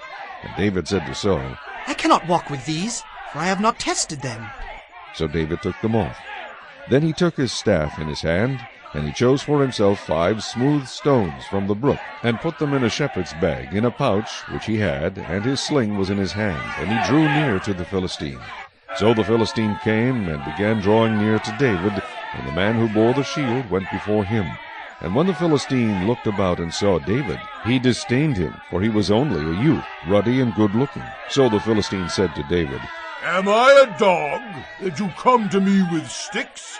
And the Philistine cursed David by his gods. And the Philistine said to David, Come to me, and I will give your flesh to the birds of the air and the beasts of the field. Then David said to the Philistine, You come to me with a sword, with a spear, and with a javelin. But I come to you in the name of the Lord of hosts, the God of the armies of Israel, whom you have defied. This day the Lord will deliver you into my hand, and I will strike you and take your head from you. And this day I will give the carcasses of the camp of the Philistines to the birds of the air and the wild beasts of the earth, that all the earth may know that there is a God in Israel. Then all this assembly shall know that the Lord does not save with sword and spear. For the battle is the Lord's, and he will give you into our hands. So it was, when the Philistine arose and came and drew near to meet David, that David hurried and ran toward the army to meet the Philistine. Then David put his hand in his bag and took out a stone, and he slung it and struck the Philistine in his forehead, so that the stone sank into his forehead, and he fell on his face to the earth. So David prevailed over the Philistine with a sling and a stone, and struck the Philistine and killed him. But there was no sword in the hand of David. Therefore David ran and stood over the Philistine, took his sword and drew it out of its sheath, and killed him, and cut off his head with it. And when the Philistines saw that their champion was dead, they fled. Now the men of Israel and Judah arose and shouted, and pursued the Philistines as far as the entrance of the valley, and to the gates of Ekron. And the wounded of the Philistines fell along the road to Shearaim, even as far as Gath and Ekron. Then the children of Israel returned from chasing the Philistines, and they plundered their tents. And David took the head of the Philistine, and brought it to Jerusalem, but he put his armor in his tent. When Saul saw David going out against the Philistine, he said to Abner, the commander of the army, Abner, whose son is this youth? And Abner said, As your soul lives, O king, I do not know. So the king said, Inquire whose son this young man is. Then as David returned from the slaughter of the Philistine, Abner took him and brought him before Saul with the head of the Philistine in his hand. And Saul said to him, Whose son are you, young man? So David answered, I am the son of your servant Jesse, the Bethlehemite. Chapter 18. Now when he had finished speaking to Saul, the soul of Jonathan was knit to the soul of David, and Jonathan loved him as his own soul. Saul took him that day, and would not let him go home to his father's house any more. Then Jonathan and David made a covenant, because he loved him as his own soul. And Jonathan took off the robe that was on him, and gave it to David with his armor, even to his sword, and his bow, and his belt. So David went out wherever Saul sent him, and behaved wisely. And Saul sent him over the men of war, and he was accepted in the sight of all the people, and also in the sight of Saul's servants. Now it had happened, as they were coming home when David was returning from the slaughter of the Philistine, that the women had come out of all the cities of Israel, singing and dancing, to meet King Saul, with tambourines, with joy, and with musical instruments. So the women sang as they danced, and said, Saul has slain his thousands, and David his 10,000s. Then Saul was very angry, and the saying displeased him, and he said, They have ascribed to David 10,000s, and to me they have ascribed only thousands. Now what more can he have but the kingdom? So Saul eyed David from that day forward. And it happened on the next day that the distressing spirit from God came upon Saul, and he prophesied inside the house. So David played music with his hand, as at other times, but there was a spear in Saul's hand. And Saul cast the spear, for he said, I will pin David to the wall. But David escaped his presence twice. Now Saul was afraid of David, because the Lord was with him, but had departed from Saul. Therefore Saul removed him from his presence, and made him his captain over 1,000, and he went out and came in before the people. And David behaved wisely in all his ways, and the Lord was with him. Therefore when Saul saw that he behaved very wisely, he was afraid of him. But all Israel and Judah loved David, because he went out and came in before them. Then Saul said to David, Here is my older daughter Merab. I will give her to you as a wife. Only be valiant for me, and fight the Lord's battles. For Saul thought, Let my hand not be against him, but let the hand of the Philistines be against him. So David said to Saul, Who am I, and what is my life for my father's family in Israel, that I should be son-in-law to the king? But it happened at the time when Merab, Saul's daughter, should have been given to David, that she was given to Adriel the Maholithite as a wife. Now Michal, Saul's daughter loved David, and they told Saul, and the thing pleased him. So Saul said, I will give her to him, that she may be a snare to him, and that the hand of the Philistines may be against him. Therefore Saul said to David a second time, You shall be my son-in-law today. And Saul commanded his servants, Communicate with David secretly, and say, Look, the king has delight in you, and all his servants love you. Now, therefore, become the king's son-in-law. So Saul's servants spoke those words in the hearing of David, and David said, Does it seem to you a light thing to be a king's son-in-law, seeing I am a poor and lightly esteemed man? And the servants of Saul told him, saying, In this manner David spoke. Then Saul said, Thus you shall say to David, The king does not desire any dowry, but 100 foreskins of the Philistines, to take vengeance on the king's enemies. But Saul thought to make David fall by the hand of the Philistines. So when his servants told David these words, it pleased David well to become the king's son-in-law. Now the days had not expired. Therefore David arose and went, he and his men, and killed 200 men of the Philistines. And David brought their foreskins, and they gave them in full count to the king, that he might become the king's son-in-law. Then Saul gave him Michal his daughter as a wife. Thus Saul saw and knew that the Lord was with David, and that Michal Saul's daughter loved him. And Saul was still more afraid of David. So Saul became David's enemy continually. Then the princes of the Philistines went out to war, and so it was, whenever they went out, that David behaved more wisely than all the servants of Saul, so that his name became highly esteemed. Chapter 19.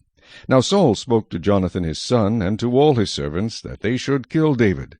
But Jonathan, Saul's son, delighted greatly in David. So Jonathan told David, saying, My father Saul seeks to kill you. Therefore, please, be on your guard until morning, and stay in a secret place and hide. And I will go out and stand beside my father in the field where you are, and I will speak with my father about you. Then what I observe I will tell you. Thus Jonathan spoke well of David to Saul his father, and said to him, Let not the king sin against his servant, against David, because he has not sinned against you, and because his works have been very good toward you. For he took his life in his hands and killed the Philistine, and the Lord brought about a great deliverance for all Israel. You saw it and rejoiced. Why then will you sin against innocent blood, to kill David without a cause? So Saul heeded the voice of Jonathan, and Saul swore, As the Lord lives, he shall not be killed. Then Jonathan called David, and Jonathan told him all these things. So Jonathan brought David to Saul, and he was in his presence as in times past. And there was war again, and David went out and fought with the Philistines, and struck them with a mighty blow, and they fled from him. Now the distressing spirit from the Lord came upon Saul as he sat in his house with his spear in his hand, and David was playing music with his hand. Then Saul sought to pin David to the wall with the spear, but he slipped away from Saul's presence, and he drove the spear into the wall. So David fled and escaped that night. Saul also sent messengers to David's house to watch him, and to kill him in the morning. And Michal, David's wife, told him, saying, If you do not save your life tonight, tomorrow you will be killed. So Michal let David down through a window, and he went and fled and escaped. And Michal took an image and laid it in the bed, put a cover of goat's hair for his head, and covered it with clothes. So when Saul sent messengers to take David, she said, He is sick. Then Saul sent the messengers back to see David, saying, Bring him up to me in the bed, that I may kill him. And when the messengers had come in, there was the image in the bed with a cover of goat's hair for his head. Then Saul said to Michal, Why have you deceived me like this, and sent my enemy away, so that he has escaped? And Michal answered Saul, He said to me, Let me go. Why should I kill you? So David fled and escaped, and went to Samuel at Ramah, and told him all that Saul had done to him. And he and Samuel went and stayed in Naioth. Now it was told Saul, saying, Take note, David is at Naioth in Ramah. Then Saul sent messengers to take David. And when they saw the group of prophets prophesying, and Samuel standing as leader over them, the Spirit of God came upon the messengers of Saul, and they also prophesied. And when Saul was told, he sent other messengers, and they prophesied likewise. Then Saul sent messengers again the third time, and they prophesied also. Then he also went to Ramah, and came to the great well that is at Sikhu.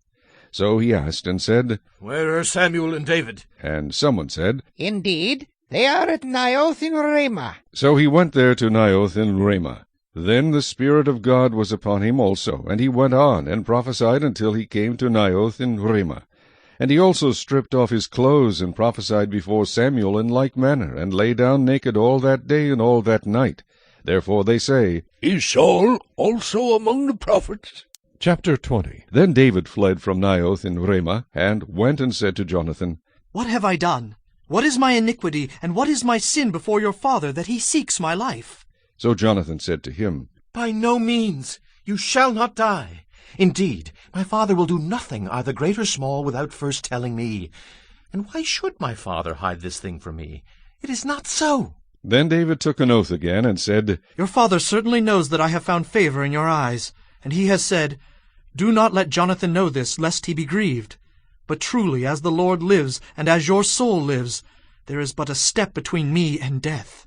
So Jonathan said to David, Whatever you yourself desire, I will do it for you.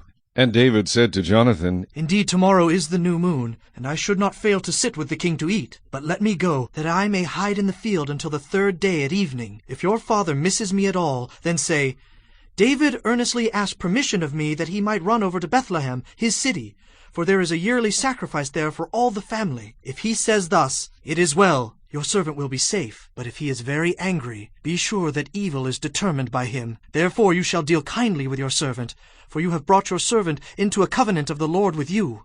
Nevertheless, if there is iniquity in me, kill me yourself. For why should you bring me to your father? But Jonathan said, Far be it from you. For if I knew certainly that evil was determined by my father to come upon you, then would I not tell you? Then David said to Jonathan, Who will tell me? Or what if your father answers you roughly? And Jonathan said to David, Come, let us go out into the field. So both of them went out into the field. Then Jonathan said to David, The Lord God of Israel is witness, when I have sounded out my father sometime tomorrow, or the third day, and indeed there is good toward David, and I do not send to you and tell you, may the Lord do so, and much more to Jonathan. But if it pleases my father to do you evil, then I will report it to you and send you away, that you may go in safety, and the Lord be with you, as he has been with my father. And you shall not only show me the kindness of the Lord while I still live, that I may not die, but you shall not cut off your kindness from my house forever. No, not when the Lord has cut off every one of the enemies of David from the face of the earth. So Jonathan made a covenant with the house of David, saying, Let the Lord require it at the hand of David's enemies. Now Jonathan again caused David to vow, because he loved him, for he loved him as he loved his own soul. Then Jonathan said to David, Tomorrow is the new moon, and you will be missed, because your seat will be empty. And when you have stayed 3 days, go down quickly and come to the place where you hid on the day of the deed, and remain by the stone Ezel. Then I will shoot 3 arrows to the side, as though I shot at a target, and there I will send a lad, saying, Go find the arrows. If I expressly say to the lad, Look, the arrows are on this side of you, get them and come, then, as the Lord lives, there is safety for you and no harm. But if I say thus to the young man, Look, the arrows are beyond you, go your way, for the Lord has sent you away. And as for the matter which you and I have spoken of, indeed, the Lord be between you and me forever. Then David hid in the field. And when the new moon had come, the king sat down to eat the feast. Now the king sat on his seat, as at other times, on a seat by the wall. And Jonathan arose, and Abner sat by Saul's side, but David's place was empty. Nevertheless, Saul did not say anything that day, for he thought, Something has happened to him. He is unclean. Surely he is unclean. And it happened the next day, the second day of the month, that David's place was empty. And Saul said to Jonathan his son, Why has the son of Jesse not come to eat, either yesterday or today? So Jonathan answered Saul, David earnestly asked permission of me to go to Bethlehem, and he said, Please let me go, for our family has a sacrifice in the city, and my brother has commanded me to be there. And now, if I have found favor in your eyes, please let me get away and see my brothers. Therefore he has not come to the king's table. Then Saul's anger was aroused against Jonathan, and he said to him, You son of a perverse, rebellious woman! Do I not know that you have chosen the son of Jesse to your own shame and to the shame of your mother's nakedness? For as long as the son of Jesse lives on the earth, you shall not be established, nor your kingdom. Now, therefore, send and bring him to me, for he shall surely die. And Jonathan answered Saul his father, and said to him, Why should he be killed?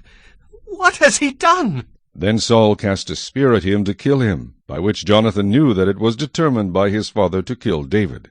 So Jonathan arose from the table in fierce anger, and ate no food the 2nd day of the month, for he was grieved for David, because his father had treated him shamefully. And so it was in the morning that Jonathan went out into the field at the time appointed with David, and a little lad was with him. Then he said to his lad, Now run!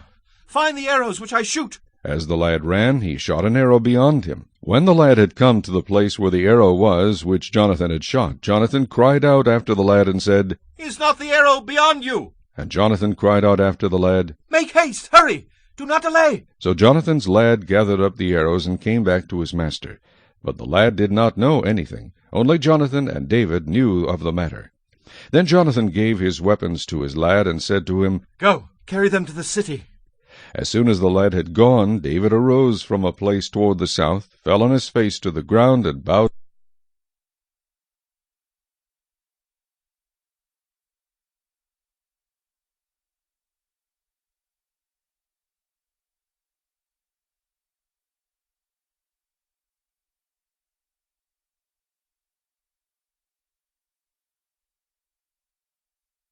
Chapter 21.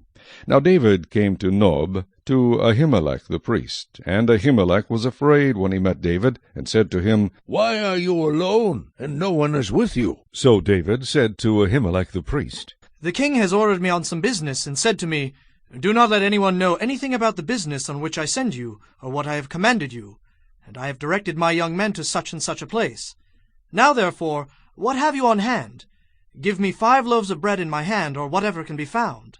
And the priest answered David, and said, There is no common bread on hand, but there is holy bread, if the young men have at least kept themselves from women. Then David answered the priest, and said to him, Truly women have been kept from us about 3 days since I came out, and the vessels of the young men are holy, and the bread is in effect common, even though it was consecrated in the vessel this day. So the priest gave him holy bread, for there was no bread there but the showbread which had been taken from before the Lord, in order to put hot bread in its place on the day when it was taken away. Now a certain man of the servants of Saul was there that day, detained before the Lord, and his name was Doeg, an Edomite, the chief of the herdsmen who belonged to Saul. And David said to Ahimelech, Is there not here on hand a spear or a sword? For I have brought neither my sword nor my weapons with me, because the king's business required haste.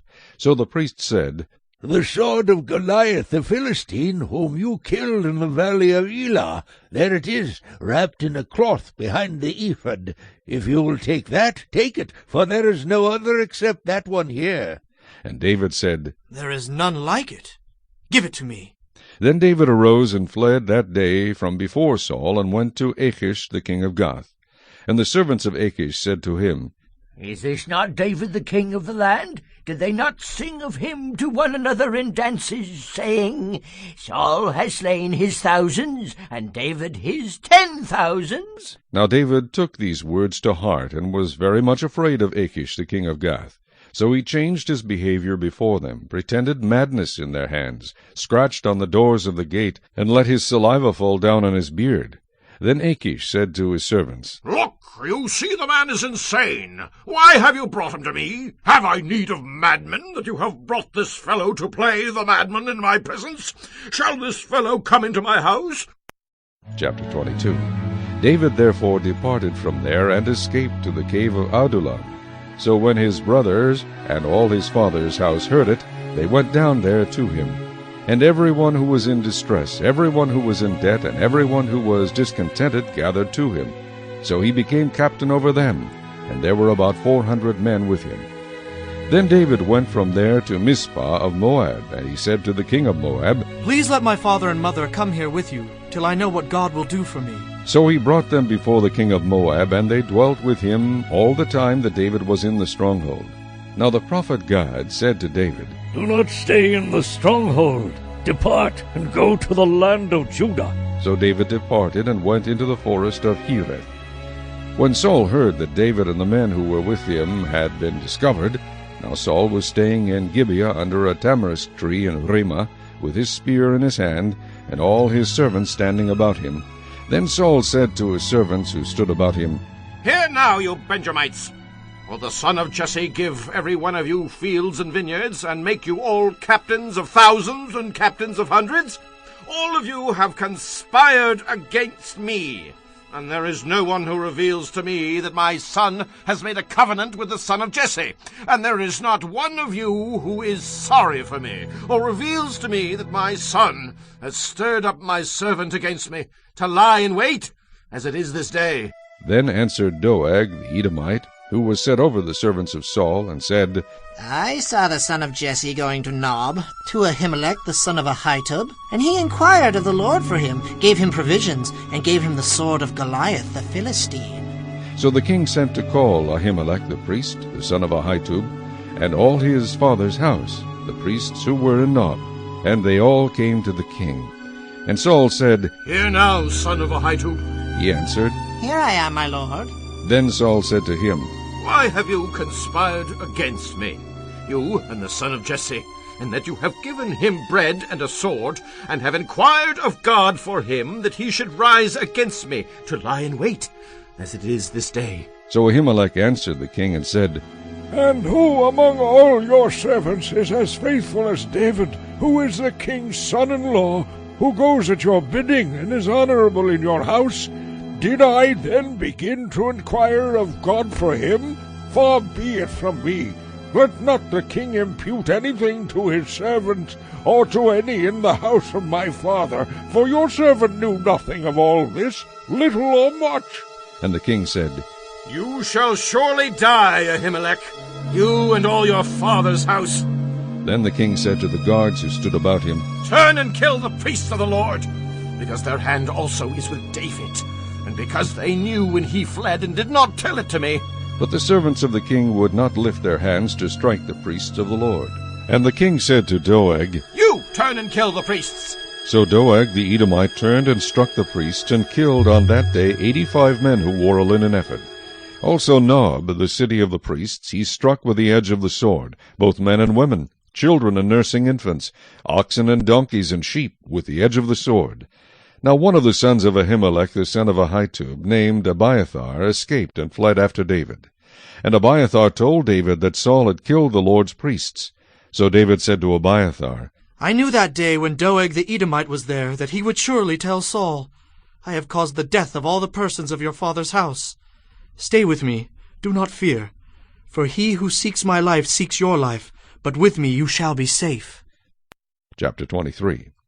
Then they told David, saying, Look, the Philistines are fighting against Keilah, and they are robbing the threshing floors. Therefore David inquired of the Lord, saying, Shall I go and attack these Philistines? And the Lord said to David, Go and attack the Philistines, and save Keilah. But David's men said to him, Look, we are afraid here in Judah. How much more, then, if we go to Keilah against the armies of the Philistines? Then David inquired of the Lord once again, and the Lord answered him and said, Arise, go down to Keilah, for I will deliver the Philistines into your hand. And David and his men went to Keilah and fought with the Philistines, struck them with a mighty blow, and took away their livestock. So David saved the inhabitants of Keilah. Now it happened when Abiathar the son of Ahimelech fled to David at Keilah, that he went down with an ephod in his hand. And Saul was told that David had gone to Keilah. So Saul said, God has delivered him into my hand, for he has shut himself in by entering a town that has gates and bars. Then Saul called all the people together for war, to go down to Keilah to besiege David and his men. When David knew that Saul plotted evil against him, he said to Abiathar the priest, Bring the ephod here. Then David said, O Lord God of Israel, your servant has certainly heard that Saul seeks to come to Keilah to destroy the city for my sake. Will the men of Keilah deliver me into his hand? Will Saul come down, as your servant has heard? O Lord God of Israel, I pray tell your servant. And the Lord said, He will come down. Then David said, Will the men of Keilah deliver me and my men into the hand of Saul? And the Lord said, They will deliver you. So David and his men, about 600, arose and departed from Keilah, and went wherever they could go. Then it was told Saul that David had escaped from Keilah, so he halted the expedition. And David stayed in strongholds in the wilderness, and remained in the mountains in the wilderness of Ziph. Saul sought him every day, but God did not deliver him into his hand. So David saw that Saul had come out to seek his life, and David was in the wilderness of Ziph in a forest. Then Jonathan, Saul's son, arose and went to David in the woods, and strengthened his hand in God. And he said to him, Do not fear, for the hand of Saul my father shall not find you. You shall be king over Israel, and I shall be next to you. Even my father Saul knows that. So the two of them made a covenant before the Lord, and David stayed in the woods, and Jonathan went to his own house. Then the Ziphites came up to Saul at Gibeah, saying, Is David not hiding with us in strongholds in the woods, in the hill of Keilah, which is on the south of Jeshamon? Now therefore, O king, come down according to all the desire of your soul to come down, and our part shall be to deliver him into the king's hand. And Saul said, Blessed are you of the Lord, for you have compassion on me. Please go and find out for sure, and see the place where his hideout is, and who has seen him there, for I am told he is very crafty. See therefore, and take knowledge of all the lurking places where he hides, and come back to me with certainty, and I will go with you. And it shall be, if he is in the land, that I will search for him throughout all the clans of Judah. So they arose and went to Ziph before Saul. But David and his men were in the wilderness of Maon, in the plain on the south of Jeshamon. When Saul and his men went to seek him, they told David. Therefore he went down to the rock, and stayed in the wilderness of Maon. And when Saul heard that, he pursued David in the wilderness of Maon. Then Saul went on one side of the mountain, and David and his men on the other side of the mountain. So David made haste to get away from Saul, for Saul and his men were encircling David and his men to take them. But a messenger came to Saul, saying, Hurry and come, for the Philistines have invaded the land. Therefore Saul returned from pursuing David, and went against the Philistines. So they called that place the Rock of Escape. Then David went up from there, and dwelt in strongholds at En-gedi. Chapter 24. Now it happened, when Saul had returned from following the Philistines, that it was told him, saying, Take note, David is in the wilderness of En-gedi. Then Saul took 3,000 chosen men from all Israel, and went to seek David and his men on the rocks of the wild goats. So he came to the sheepfolds by the road, where there was a cave, and Saul went in to attend to his needs. David and his men were staying in the recesses of the cave. Then the men of David said to him, This is the day of which the Lord said to you, Behold, I will deliver your enemy into your hand, that you may do to him as it seems good to you. And David arose and secretly cut off a corner of Saul's robe. Now it happened afterward that David's heart troubled him because he had cut Saul's robe. And he said to his men, The Lord forbid that I should do this thing to my master, the Lord's anointed, to stretch out my hand against him, seeing he is the anointed of the Lord. So David restrained his servants with these words, and did not allow them to rise against Saul. And Saul got up from the cave and went on his way.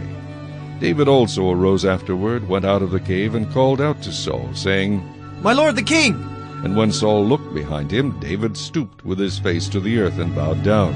And David said to Saul, Why do you listen to the words of men who say, Indeed, David seeks your harm?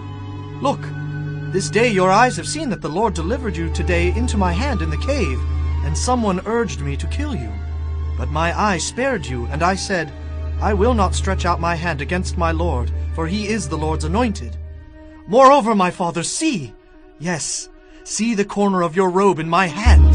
For in that I cut off the corner of your robe and did not kill you, know and see that there is neither evil nor rebellion in my hand, and I have not sinned against you. Yet you hunt my life to take it. Let the Lord judge between you and me, and let the Lord avenge me on you, but my hand shall not be against you. As the proverb of the ancients says, Wickedness proceeds from the wicked, but my hand shall not be against you. After whom has the king of Israel come out? Whom do you pursue? A dead dog? A flea? Therefore let the Lord be judge, and judge between you and me, and see and plead my case, and deliver me out of your hand. So it was, when David had finished speaking these words to Saul, that Saul said, Is this your voice, my son David? And Saul lifted up his voice and wept. Then he said to David, you are more righteous than I, for you have rewarded me with good, whereas I have rewarded you with evil. And you have shown this day how you have dealt well with me. For when the Lord delivered me into your hand, you did not kill me. For if a man finds his enemy, will he let him get away safely? Therefore may the Lord reward you with good for what you have done to me this day. And now I know indeed that you shall surely be king, and that the kingdom of Israel shall be established in your hand. Therefore swear now to me by the Lord that you will not cut off my descendants after me, and that you will not destroy my name from my father's house. So David swore to Saul, and Saul went home, but David and his men went up to the stronghold. Now there was a man in Maon, whose business was in Carmel, and the man was very rich. He had 3,000 sheep and 1,000 goats, and he was shearing his sheep in Carmel. The name of the man was Nabal, and the name of his wife Abigail, and she was a woman of good understanding and beautiful appearance. But the man was harsh and evil in his doings. He was of the house of Caleb. When David heard in the wilderness that Nabal was shearing his sheep, David sent 10 young men, and David said to the young men, Go up to Carmel, go to Nabal, and greet him in my name. And thus you shall say to him who lives in prosperity, Peace be to you, peace to your house, and peace to all that you have. Now I have heard that you have shearers. Your shepherds were with us, and we did not hurt them, nor was there anything missing from them all the while they were in Carmel. Ask your young men, and they will tell you. Therefore let my young men find favor in your eyes, for we come on a feast day. Please give whatever comes to your hand to your servants and to your son David. So when David's young men came, they spoke to Nabal, according to all these words in the name of David, and waited. Then Nabal answered David's servants, and said, Who is David, and who is the son of Jesse? There are many servants nowadays who break away, each one from his master. Shall I then take my bread and my water, and my meat that I have killed for my shearers, and give it to men when I do not know where they are from? So David's young men turned on their heels and went back, and they came and told him all these words. Then David said to his men, Every man gird on his sword. So every man girded on his sword, and David also girded on his sword. And about 400 men went with David, and 200 stayed with the supplies. Now one of the young men told Abigail, Nabal's wife, saying, Look, David sent messengers from the wilderness to greet our master, and he reviled them. But the men were very good to us, and we were not hurt, nor did we miss anything as long as we accompanied them when we were in the fields. They were a wall to us both by night and day, all the time we were with them keeping the sheep. Now, therefore, know and consider what you will do, for harm is determined against our master and against all his household. For he is such a scoundrel that one cannot speak to him. Then Abigail made haste, and took 200 loaves of bread, 2 skins of wine, 5 sheep already dressed, 5 seahs of roasted grain, 100 clusters of raisins, and 200 cakes of figs, and loaded them on donkeys. And she said to her servants, Go on before me. See, I am coming after you. But she did not tell her husband Nabal. So it was, as she rode on the donkey, that she went down under cover of the hill. And there were David and his men coming down toward her, and she met them. Now David had said, Surely in vain I have protected all that this fellow has in the wilderness, so that nothing was missed of all that belongs to him, and he has repaid me evil for good. May God do so, and more also to the enemies of David, if I leave one male of all who belong to him by morning light. Now when Abigail saw David, she dismounted quickly from the donkey, fell on her face before David, and bowed down to the ground. So she fell at his feet, and said, On me, my lord, on me let this iniquity be, and please let your maidservant speak in your ears, and hear the words of your maidservant. Please let not my lord regard this scoundrel Nabal, for as his name is, so is he. Nabal is his name, and folly is with him. But I, your maidservant, did not see the young men of my lord whom you sent. Now therefore, my lord, as the Lord lives, and as your soul lives, since the Lord has held you back from coming to bloodshed, and from avenging yourself with your own hand, now then, let your enemies and those who seek harm for my lord be as Nabal. And now this present which your maidservant has brought to my lord, let it be given to the young men who follow my lord. Please forgive the trespass of your maidservant, for the Lord will certainly make for my lord an enduring house, because my lord fights the battles of the Lord, and evil is not found in you throughout your days. Yet a man has risen to pursue you and seek your life, but the life of my lord shall be bound in the bundle of the living with the Lord your God. And the lives of your enemies he shall sling out as from the pocket of a sling. And it shall come to pass, when the Lord has done for my lord according to all the good that he has spoken concerning you, and has appointed you ruler over Israel, that this will be no grief to you, nor offense of heart to my lord, either that you have shed blood without cause, or that my lord has avenged himself. But when the Lord has dealt well with my lord, then remember your maidservant. Then David said to Abigail, Blessed is the Lord God of Israel, who sent you this day to meet me. And blessed is your advice, and blessed are you, because you have kept me this day from coming to bloodshed, and from avenging myself with my own hand. For indeed, as the Lord God of Israel lives, who has kept me back from hurting you, unless you had hurried and come to meet me, surely by morning light no males would have been left to Nabal. So David received from her hand what she had brought him, and said to her, Go up in peace to your house. See, I have heeded your voice and respected your person. Now Abigail went to Nabal, and there he was, holding a feast in his house, like the feast of a king. And Nabal's heart was merry within him, for he was very drunk. Therefore she told him nothing, little or much, until morning light. So it was in the morning, when the wine had gone from Nabal, and his wife had told him these things, that his heart died within him, and he became like a stone. Then it happened, after about 10 days, that the Lord struck Nabal, and he died. So when David heard that Nabal was dead, he said, Blessed be the Lord, who has pleaded the cause of my reproach from the hand of Nabal, and has kept his servant from evil, for the Lord has returned the wickedness of Nabal on his own head. And David sent and proposed to Abigail to take her as his wife. When the servants of David had come to Abigail at Carmel, they spoke to her, saying, David sent us to you to ask you to become his wife. Then she arose, bowed her face to the earth, and said, Here is your maidservant, a servant to wash the feet of the servants of my lord. So Abigail rose in haste, and rode on a donkey, attended by 5 of her maidens, and she followed the messengers of David, and became his wife. David also took Ahinoam of Jezreel, and so both of them were his wives. But Saul had given Michal his daughter, David's wife, to Paltai the son of Laish, who was from Galim. Chapter 26. Now the Ziphites came to Saul at Gibeah, saying, Is David not hiding in the hill of Hachilah, opposite Jeshimon? Then Saul arose and went down to the wilderness of Ziph, having 3,000 chosen men of Israel with him, to seek David in the wilderness of Ziph. And Saul encamped in the hill of Hachilah, which is opposite Jeshimon, by the road. But David stayed in the wilderness, and he saw that Saul came after him into the wilderness. David therefore sent out spies, and understood that Saul had indeed come. So David arose and came to the place where Saul had encamped. And David saw the place where Saul lay, and Abner the son of Ner, the commander of his army. Now Saul lay within the camp, with the people encamped all around him.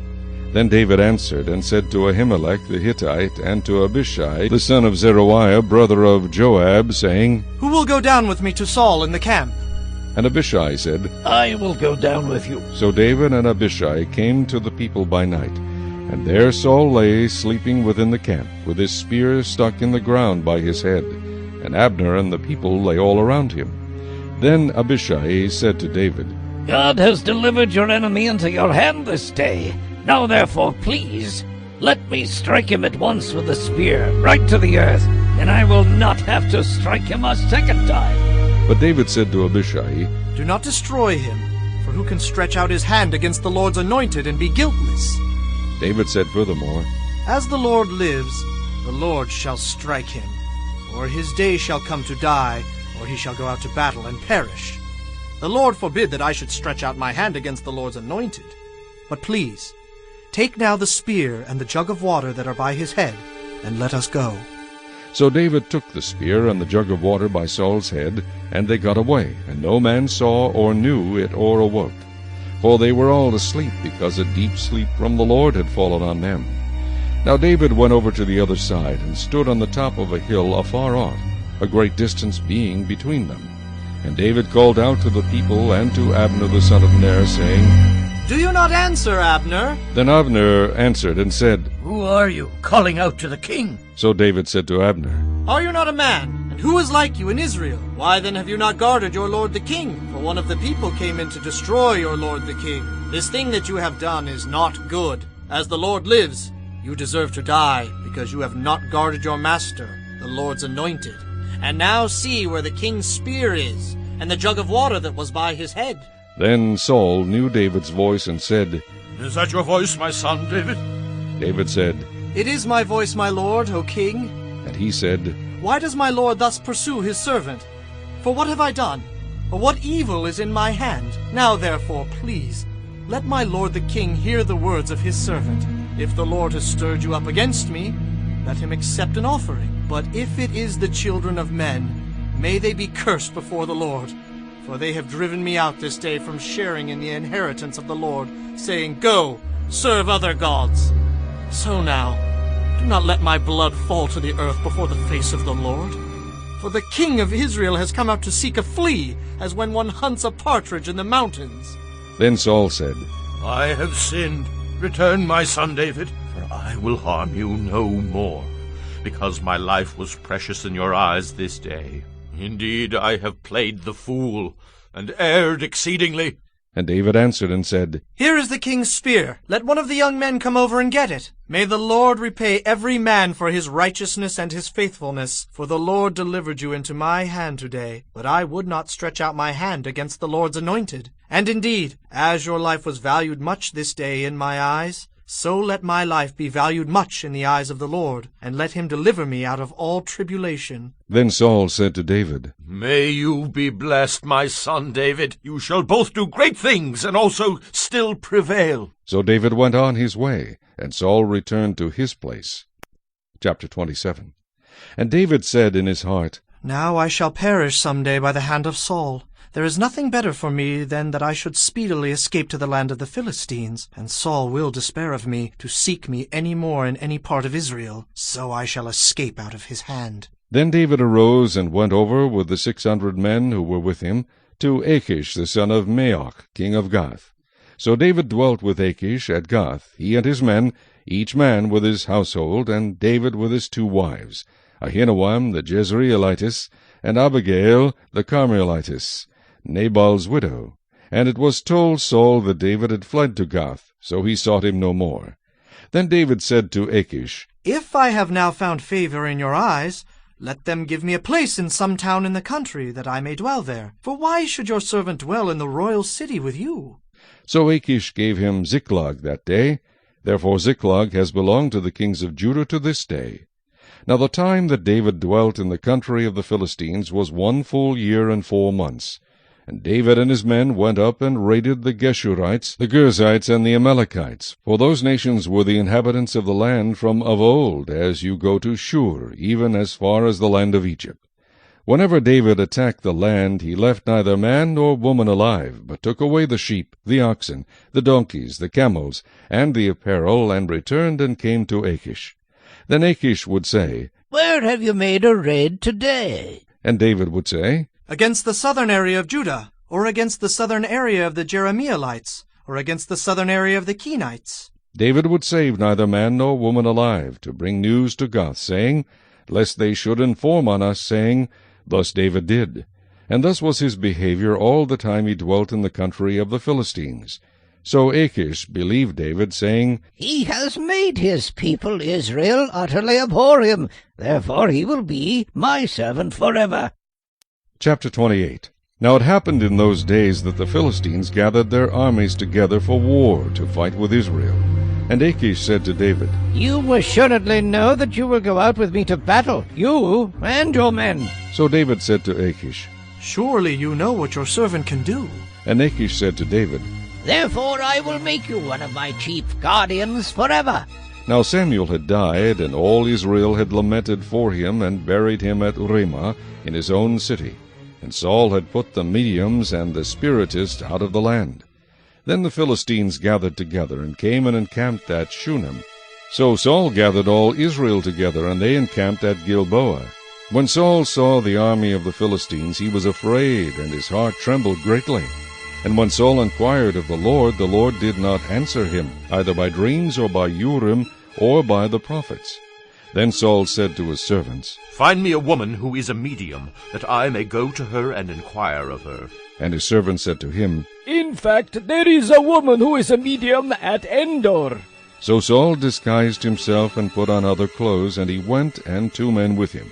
And they came to the woman by night, and he said, Please conduct a séance for me, and bring up for me the one I shall name to you.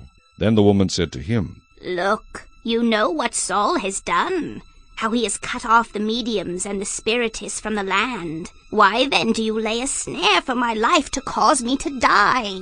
And Saul swore to her by the Lord, saying, As the Lord lives, no punishment shall come upon you for this thing. Then the woman said, Whom shall I bring up for you? And he said, Bring up Samuel for me. When the woman saw Samuel, she cried out with a loud voice. And the woman spoke to Saul, saying, Why have you deceived me? For you are Saul. And the king said to her, Do not be afraid. What did you see? And the woman said to Saul, I saw a spirit ascending out of the earth. So he said to her, What is his form?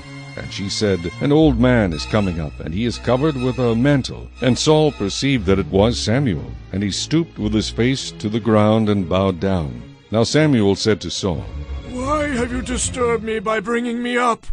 And Saul answered, I am deeply distressed, for the Philistines make war against me, and God has departed from me, and does not answer me any more, neither by prophets nor by dreams. Therefore I have called you, that you may reveal to me what I should do. Then Samuel said, So why do you ask me, seeing the Lord has departed from you and has become your enemy? And the Lord has done for himself as he spoke by me. For the Lord has torn the kingdom out of your hand and given it to your neighbor David. Because you did not obey the voice of the Lord, nor execute his fierce wrath upon Amalek. Therefore the Lord has done this thing to you this day. Moreover, the Lord will also deliver Israel with you into the hand of the Philistines. And tomorrow you and your sons will be with me. The Lord will also deliver the army of Israel into the hand of the Philistines. Immediately Saul fell full length on the ground, and was dreadfully afraid, because of the words of Samuel, and there was no strength in him, for he had eaten no food all day or all night. And the woman came to Saul, and saw that he was severely troubled, and said to him, Look, your maidservant has obeyed your voice, and I have put my life in my hands and heeded the words which you spoke to me. Now therefore please heed also the voice of your maidservant, and let me set a piece of bread before you, and eat, that you may have strength when you go on your way. But he refused, and said, I will not eat. So his servants together with the woman urged him, and he heeded their voice. Then he arose from the ground and sat on the bed. Now the woman had a fatted calf in the house, and she hastened to kill it. And she took flour and kneaded it, and baked unleavened bread from it. So she brought it before Saul and his servants, and they ate. Then they rose and went away that night. Chapter 29. Then the Philistines gathered together all their armies at Aphek, and the Israelites encamped by a fountain which is in Jezreel. And the lords of the Philistines passed in review by hundreds and by thousands, but David and his men passed in review at the rear with Achish. Then the princes of the Philistines said, What are these Hebrews doing here? And Achish said to the princes of the Philistines, Is this not David, the servant of Saul, king of Israel, who has been with me these days, or these years? And to this day I have found no fault in him since he defected to me. But the princes of the Philistines were angry with him. So the princes of the Philistines said to him, Make this fellow return, that he may go back to the place which you have appointed for him, and do not let him go down with us to battle, lest in the battle he become our adversary. For with what could he reconcile himself to his master, if not with the heads of these men? Is this not David, of whom they sang to one another in dances, saying, Saul has slain his thousands, and David his 10,000s? Then Achish called David, and said to him, Surely as the Lord lives, you have been upright, and your going out and your coming in with me in the army is good in my sight. For to this day I have not found evil in you since the day of your coming to me.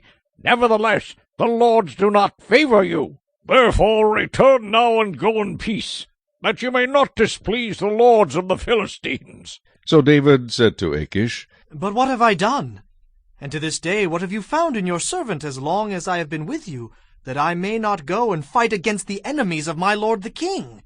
Then Achish answered and said to David, I know that you are as good in my sight as an angel of God. Nevertheless, the princes of the Philistines have said, He shall not go up with us to the battle. Now therefore, rise early in the morning with your master's servants, who have come with you, and as soon as you are up early in the morning, and have light, depart. So David and his men rose early to depart in the morning, to return to the land of the Philistines. And the Philistines went up to Jezreel. Chapter 30. Now it happened when David and his men came to Ziklag on the third day, that the Amalekites had invaded the south and Ziklag, attacked Ziklag and burned it with fire, and had taken captive the women and those who were there, from small to great. They did not kill anyone, but carried them away and went their way. So David and his men came to the city, and there it was, burned with fire, and their wives, their sons, and their daughters had been taken captive. Then David and the people who were with him lifted up their voices and wept, until they had no more power to weep. And David's two wives, Ahinoam the Jezreelitess, and Abigail, the widow of Nabal the Carmelite, had been taken captive. Now David was greatly distressed, for the people spoke of stoning him, because the soul of all the people was grieved, every man for his sons and his daughters. But David strengthened himself in the Lord his God. Then David said to Abiathar the priest, Ahimelech's son, Please bring the ephod here to me. And Abiathar brought the ephod to David. So David inquired of the Lord, saying, Shall I pursue this troop? Shall I overtake them? And he answered him, Pursue, for you shall surely overtake them, and without fail recover all. So David went, he and the 600 men who were with him, and came to the brook Besor, where those stayed who were left behind. But David pursued, he and 400 men, for 200 stayed behind, who were so weary that they could not cross the brook Besor. Then they found an Egyptian in the field, and brought him to David. And they gave him bread, and he ate, and they let him drink water. And they gave him a piece of a cake of figs, and 2 clusters of raisins. So when he had eaten, his strength came back to him, for he had eaten no bread nor drunk water for 3 days and 3 nights. Then David said to him, To whom do you belong, and where are you from? And he said, I am a young man from Egypt, servant of an Amalekite, and my master left me behind, because 3 days ago I fell sick. We made an invasion of the southern area of the Kerethites, in the territory which belongs to Judah, and of the southern area of Caleb, and we burned Ziklag with fire. And David said to him, Can you take me down to this troop? So he said, Swear to me by God that you will neither kill me nor deliver me into the hands of my master, and I will take you down to this troop. And when he had brought him down, there they were, spread out over all the land, eating and drinking and dancing, because of all the great spoil which they had taken from the land of the Philistines and from the land of Judah. Then David attacked them from twilight until the evening of the next day. Not a man of them escaped, except 400 young men who rode on camels and fled. So David recovered all that the Amalekites had carried away, and David rescued his 2 wives. And nothing of theirs was lacking, either small or great, sons or daughters, spoil or anything which they had taken from them. David recovered all. Then David took all the flocks and herds they had driven before those other livestock, and said, This is David's spoil. Now David came to the 200 men who had been so weary that they could not follow David, whom they also had made to stay at the brook Besor. So they went out to meet David, and to meet the people who were with him. And when David came near the people, he greeted them. Then all the wicked and worthless men of those who went with David answered and said, Because they did not go with us, we will not give them any of the spoil that we have recovered, except for every man's wife and children, that they may lead them away and depart. But David said, My brethren, you shall not do so with what the Lord has given us, who has preserved us and delivered into our hand the troop that came against us. For who will heed you in this matter? But as his part is who goes down to the battle, so shall his part be who stays by the supplies. They shall share alike. So it was, from that day forward, he made it a statute and an ordinance for Israel to this day. Now when David came to Ziklag, he sent some of the spoil to the elders of Judah, to his friends, saying, Here is a present for you from the spoil of the enemies of the Lord.